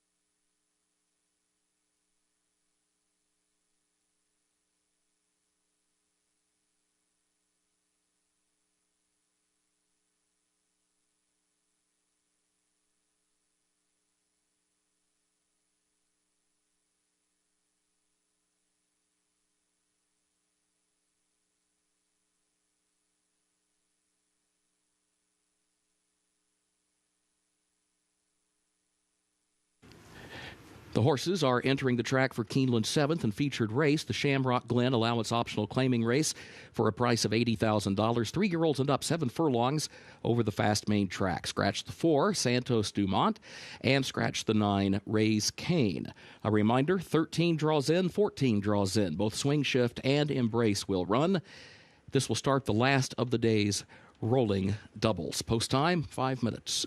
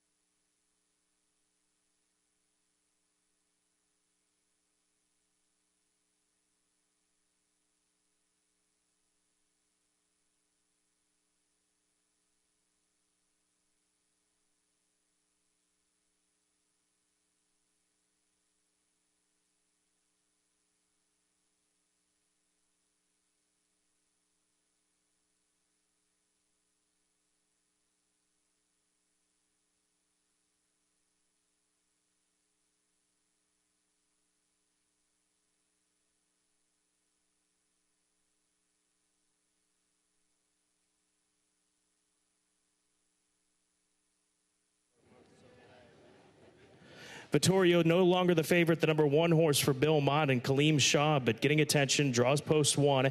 Thought the tote board would change in the lead up to this race, and we're now 4 minutes to post. He's now 9-2. Well, he's a really good-looking horse. He was a very bright, very energetic, and just looked super in the paddock, glowing from tip to tail. Just on looks, I had to give him the paddock pick, but I do think that the inside post, just like the outside post, can be a little bit tricky because your hand is forced just a little bit. With Martin Garcia on board here and the blinkers off, it'll be interesting to see what the strategy is because he has been coming close, sitting that stalking trip. I'm wondering if they're going to try to send him and see what he can do on the front end. He looks sharp enough right now to be capable of doing it. He is alongside Harley, warming up 9-2 on the tote board right now for Vittorio here in the featured 7th race. The number 5 horse is the 4-1, 3, excuse me, we go to the 3, my apologies, that's Nighttime for Bill Morey. This is a horse that didn't run bad on the dirt surface a few races back when they claimed him for $80,000. His synthetic tries are very good. He's got strong speed figures all around, and he ran second. I know this is going back to December of last year behind Visitant, who was an unstoppable force on the synthetic surface up at Turfway Park for the longest time. So you got to respect the attention that Nighttime is getting, and obviously Tyler Gaffalione, part of that attention in the saddle for race 7. Sometimes you overlook horses like this because you think they're just synthetic horses. But if you look at the 6-year-old's back form, he's done well on the dirt, and he's actually done well at today's distance of 7 furlongs. I like him. He's a kind of an old war horse with earnings of over $400,000 and a nice record lifetime overall. And I thought he looked very race ready, very sharp, very alert, very much on his toes. I can't sleep on a horse like that. At 9-1 down from 20-1 on the morning line, and you've got Tyler Gaffalione aboard. The 12 is now the favorite. That's Condemned for Tom Drury Jr., Claiborne Farm, Adele Dilschneider, the well-bred son of Medaglia d'Oro. Far cry from the 12-1 on the morning line, currently sitting at 3-1 as they approach the starting gate for the feature at Keeneland.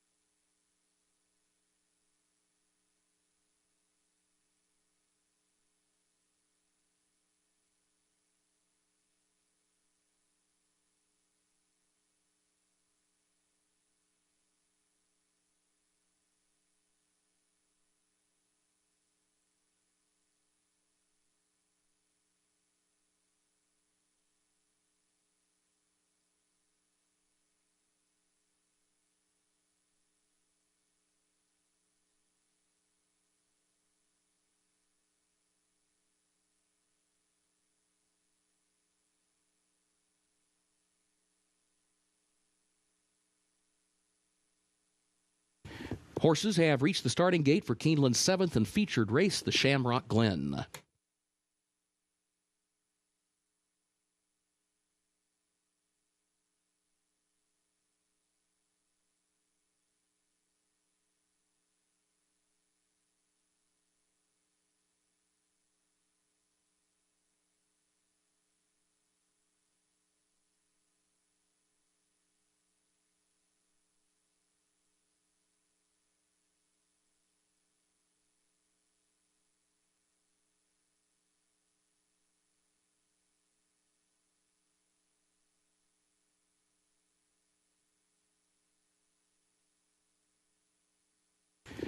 Moving into line, race 7.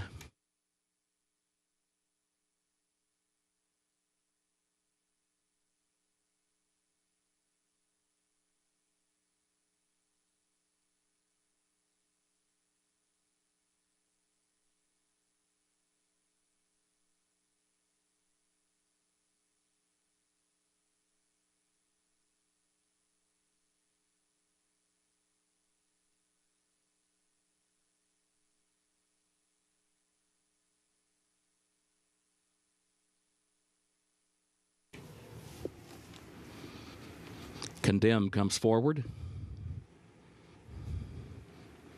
Now Nighttime approaches the gate.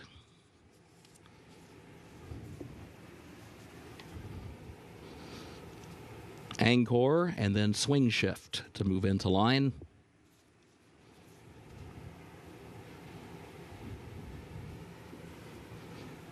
WW Candy. Embrace will be the last to load.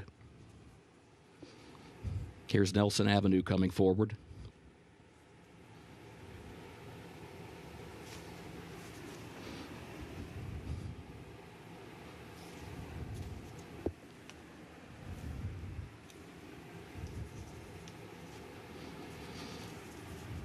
Embrace, the last one.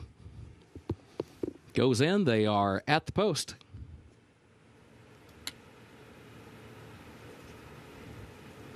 And they're off.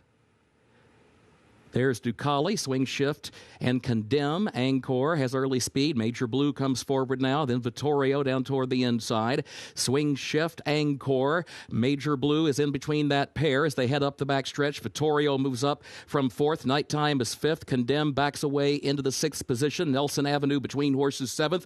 Ducali drops back into the 8th position. Determinedly is now 9th up on the outside. Fan Club is 10th back toward the rail. Then a break of 3 more lengths. WW Candy next to last. Embrace is last of the 12, the opening quarter in 22.21 seconds. On to the far turn. Vittorio to the inside. Angkor from the outside, and next separates the top 2. Nighttime is 3rd. Major Blue 4th. Nelson Avenue is in 5th and running 5 lengths off the lead. Ducali 6th toward the inside. Swing Shift is dropping back. Condemn is wide and still 7 from the front. Determinedly has 8 lengths to make up. They turn for home. Vittorio and Angkor contesting the lead. Nighttime shifting lanes to look for more running room toward the outside. Nelson Avenue is out in the center of the racetrack, and the Ducali, who's 6th back toward the rail into the final furlong. It is Angkor, Nelson Avenue, Nighttime, Vittorio.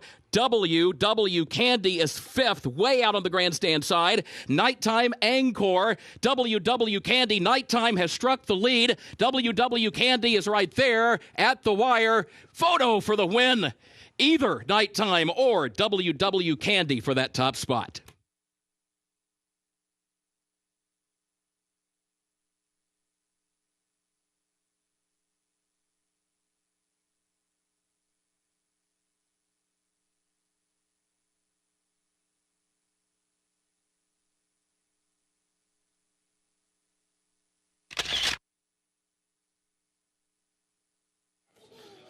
Well, it's between the 3 and the 6. Nighttime, the number 3 horse who got bet down from the morning line, and then WW Candy, the 6 horse, out in the center of the course, making it very tight on the wire. This was a heck of a horse race. Many involved late, but these two separate themselves. It's still the 3 on the inside, and I'm leaning towards the 3 after looking at it a second time, Caton. Either way, it's an upset, but inside the 16th pole, it looked like the 5 Angkor still had a shot to win the race. The early pace takes a bit of a toll at the end on the pace setter, but not so for those coming on late, and a nice determined bid by Nighttime to the inside with Tyler Gaffleone, as well as a very late kick from WW Candy and Abel Escano. It's really close. Looked like maybe the advantage to Nighttime, but could go either way.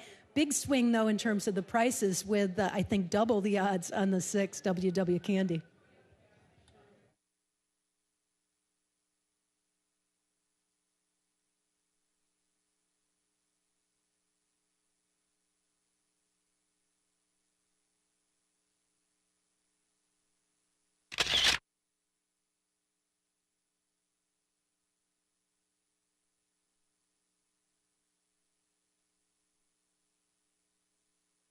Unofficial results of Keeneland's featured 7th.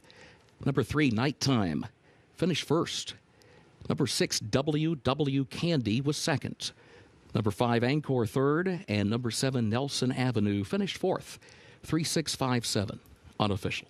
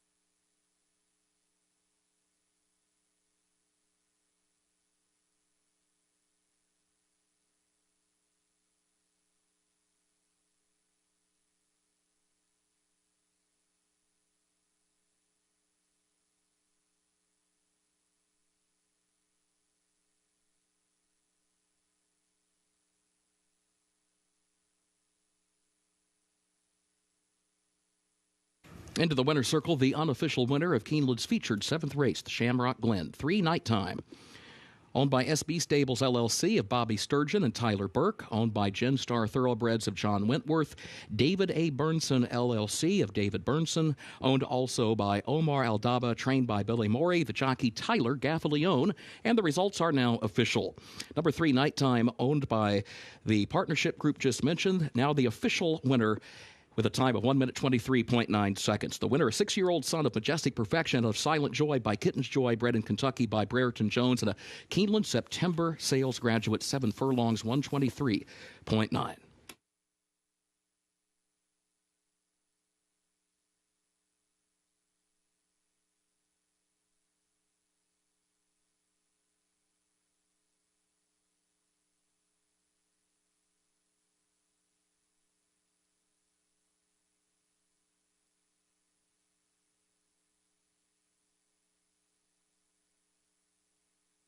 In the winner's circle, the Shamrock Glen Trophy presentation for today's feature to the connections of Nighttime.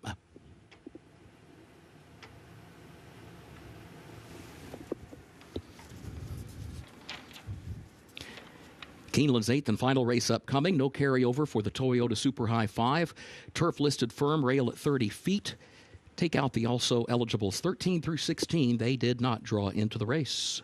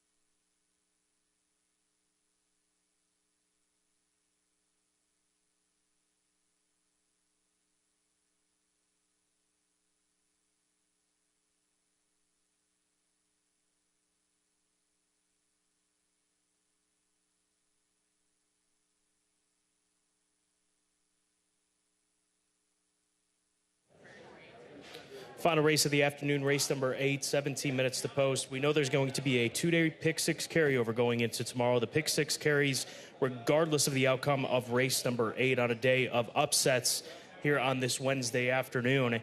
And we're looking right now at the number 5 horse, Command Oro, who is 10-1 on the tote board in this big field to close out the card, field of 12. Command Oro for Tom Amoss, both Oro colts stretching out to a route. Blinkers go on.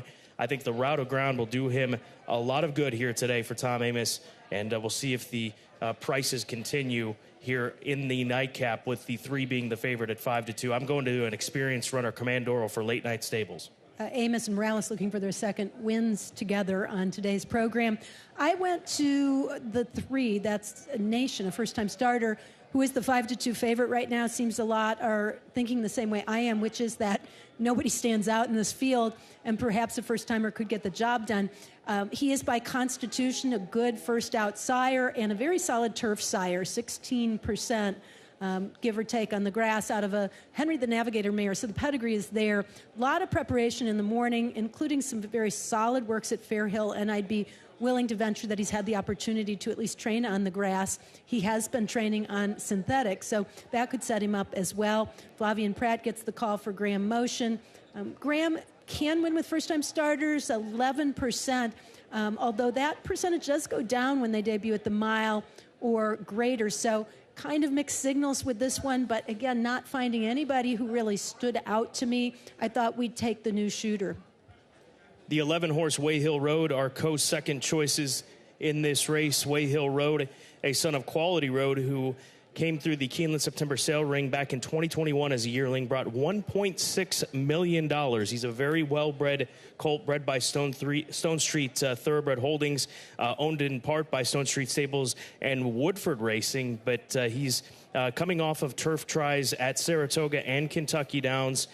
He actually ran okay in his dirt races behind some very good runners like Victory Formation and Kings Barnes, who would pick up stakes wins in the springtime, part of this 3-year-old crop. So Wayhill Road, outside post. They stick with Declan Cannon, who obviously has gotten himself familiar with this runner off of that Kentucky Downs try back on the 10th of September. Now, he had to contend with an outside post position at Kentucky Downs, but it's a very different type of course for sure, although it was a bit of a disadvantage in my opinion that day too. He's going to have to deal with it again here, and with the rail out, that doesn't make it easier, but I do like the fact that the horse has been improving slowly but surely and has some good races to go back to at Belmont as well as Pimlico, so he's maybe not a one-course type of horse. For sure, that foundation should serve him well in this race. I thought he was very live. You know, to round out the top 3, it's really tough. That tells you how competitive this race is. I know, Scott, you went to the 4, Now That I Can Rock, who I did give a look to. Third start off the layoff. I thought he was a little sneaky in here as a horse that's on the improve. Yeah, I think that Rafael Bejarano needs to be aggressive, and we saw him be aggressive and take hold of that turf race with a 20-1 shot just a few races back in race number 6. That's what I would hope to see from this Flincher colt and the way he can be ridden to spring an upset on the firm going here today. So that's my idea. If they get him forward and into the race, I think that he can stick around and keep on going at odds of 10-1 in here. You've got the number 10, your third choice, Crossing, a cross-traffic gelding who comes out of Kentucky Downs as well. I just thought that he had the look of a horse who could sneak in there. I don't know that he can win the race, but I think he can be very competitive. He was beaten 4 lengths at Kentucky Downs after trying to battle for the lead, and that's the same race Wayhill Road comes out of. So if you like Wayhill Road, he wasn't that far behind him. I also thought his race at Ellis was a little better than it looks on paper. He was gaining at the end, closing into a pretty soft pace. So he's maybe a little bit better than his odds would suggest right now at 35-1. And, he's versatile, too. He actually could sit close to the pace, or he could just sit back and make one late run. Post position, maybe not as big a factor for him because of that versatility. So I'm just looking for something a little outside the box to throw into the trifectas and superfectas. And I really think this is the type of race where anything could happen. And we do know the pick 6 carryover number thanks to the mutual department here at Keeneland. The carryover for the pick 6, $237,537. That is a huge pool already established for the pick six tomorrow. As we said, the pick six carries regardless of the outcome of race number 8. So we've got some homework to do tonight and into the morning hours and into the afternoon to ready ourselves for that pick six. Over $237,000 will carry in the pick six into the Thursday card, starting race number 4 with 9 races teed up tomorrow at Keeneland. Teeing this group up in 11 minutes, it's race 8, the finale, on this Wednesday at Keeneland Racecourse.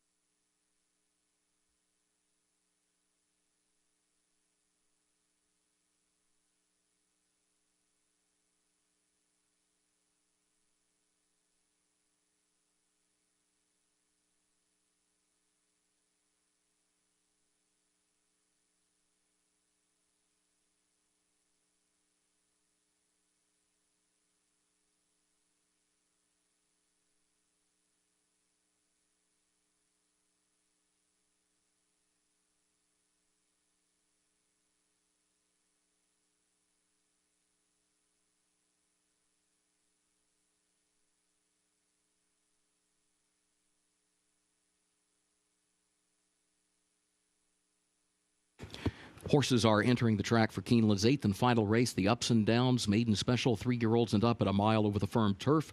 Rail at 30 feet. Take out the also eligibles 13 through 16. They did not draw into the race. No carryover for the Toyota Super High 5. Post time in just 5 minutes.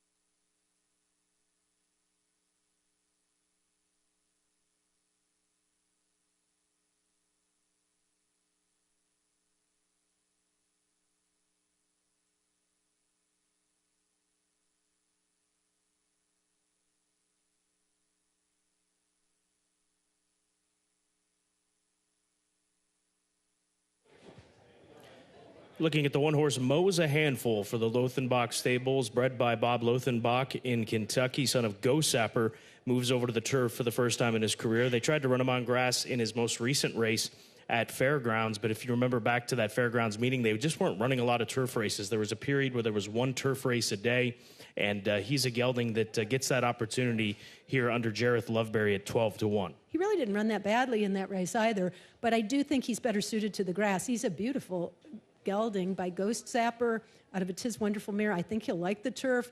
He looked very bright in the paddock. Draws that inside post position. I think he'll be used a little bit to get position, and especially with the blinkers on, I wouldn't be surprised to even see him on or very close to the lead, but did like what I was seeing from him.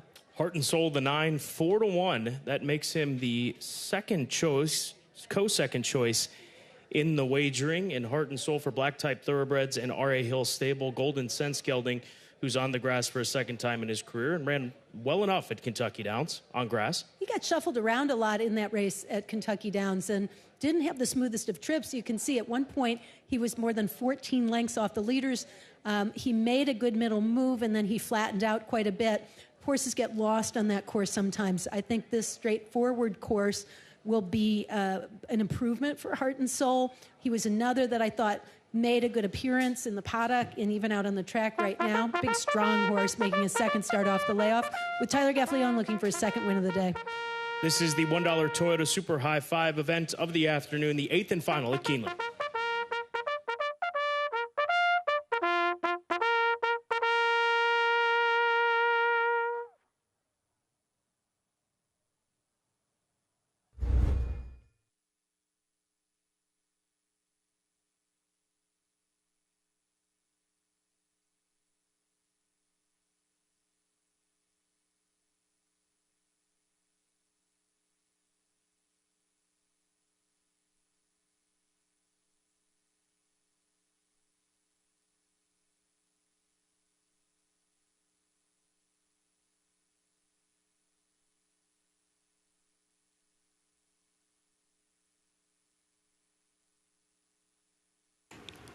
Horses have reached the starting gate for Keeneland's 8th and final race, the Ups and Downs.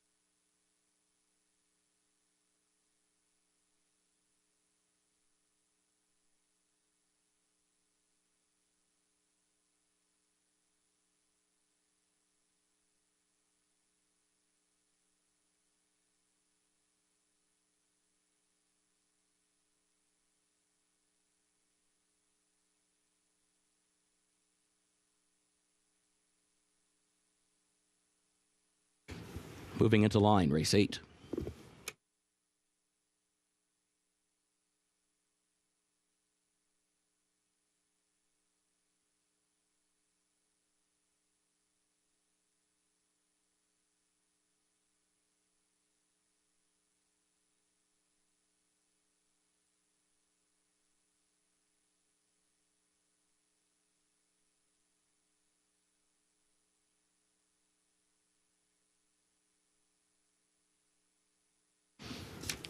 Crossing moves into line. Now here is Now That I Can Rock.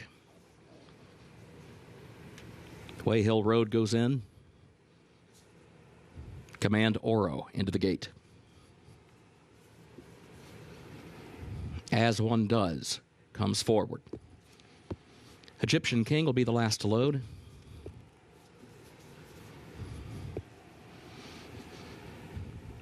Goes in. They're at the post. And they're off. There's Heart and Soul out for the early lead, and Heart and Soul sets a course to try to clear the inside traffic before the entry to the first turn. Starts to do that, angles down toward the rail. Crossing goes second. Now That I Can Rock is away running in third toward the inside. Way Hill Road 3 wide in fourth. Around the outside of As One Does between horses in fifth. Egyptian King was 4 wide around the first turn. Out in the center of the course in sixth. Awkward move there for As One Does around the first turn. Lost a couple of lengths toward the center of the pack. Nation goes a wide seventh. Texas Toast, his eighth. Command Oro is in ninth position. Mo's a Handful is back in the 10th spot, followed by Little Nick, who is next to last, and Added Mischief trails. The opening quarter went in 24.18 seconds. Back up front, Heart and Soul, the leader. Heart and Soul leads it by nearly 2 lengths. Crossing second by 2. Now That I Can Rock third by 3/4 of a length. And Way Hill Road up on the outside from fourth. And As One Does is fifth. It was 49.6 seconds for the first half mile. And then Egyptian King, who's sixth, wide again to the far turn, 7 lengths off the lead.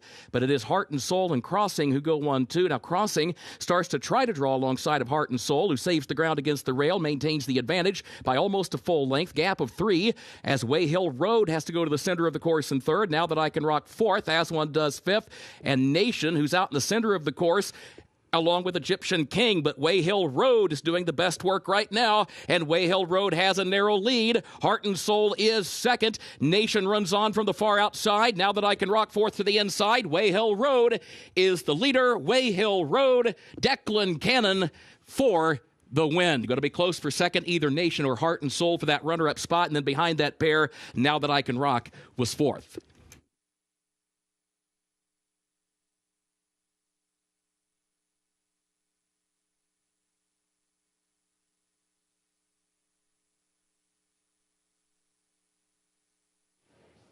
The Keeneland graduate, Way Hill Road, the $1.6 million yearling from the 2021 September sale, strutting his stuff on the turf course, all business in the late stages of this race, had his mind on running, and wins easily in the end, and a good price, 4-1 for Woodford Racing and Stone Street Stables. I think experience made the difference here, because the 3, Nation, was very green throughout. He kind of ran in spurts, and Flavien Prat had to work as much to just keep him straight and try to get him into position as he did to actually run forward.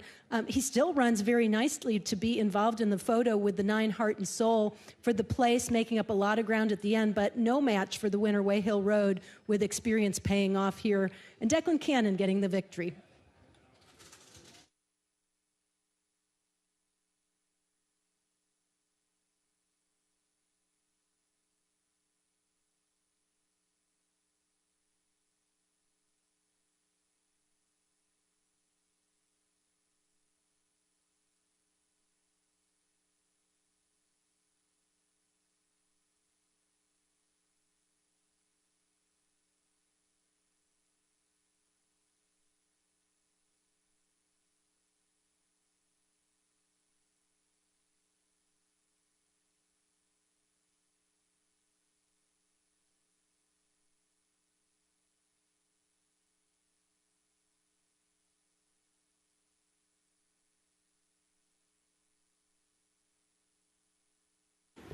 The unofficial results of Keeneland's 8th race: number 11, Way Hill Road, finished first.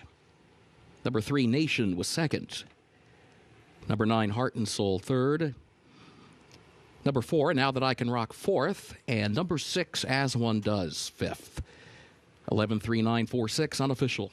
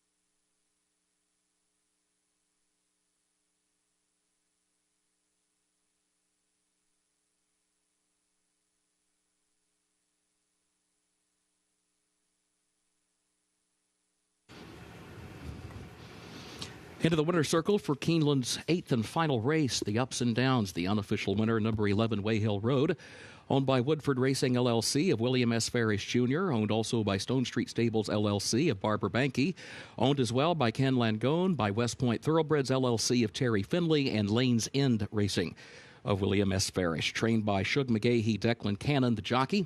Wayhill Road, a 3-year-old son of Quality Road, out of Catch the Moon by Malibu Moon, bred in Kentucky by Stone Street Thoroughbred Holdings, LLC. Keeneland September graduate Wayhill Road, 1 minute 37.89 seconds for the 1 mile over the firm turf.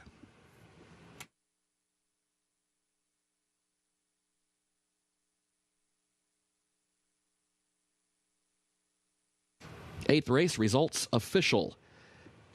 11-3-9-4-6, the official results.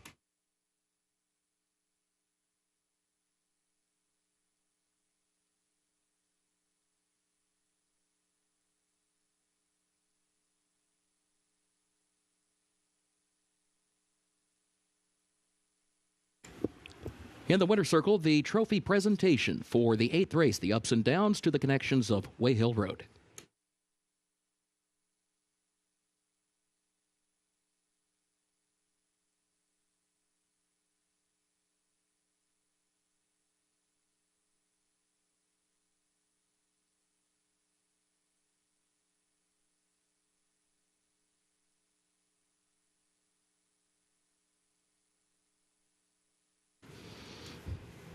No perfect tickets for the pick 6, consolation 5 of 6, and a carryover of $237,537 for the pick 6 for tomorrow's card at Keeneland.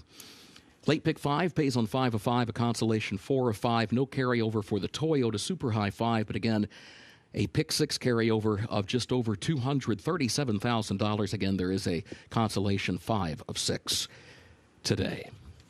Second floor grandstand, including the sports bar and the mezzanine bar, remain open for simulcasting for another 30 minutes. You may advance wager any races occurring after that time. For now, on behalf of Keeneland, thank you and good evening.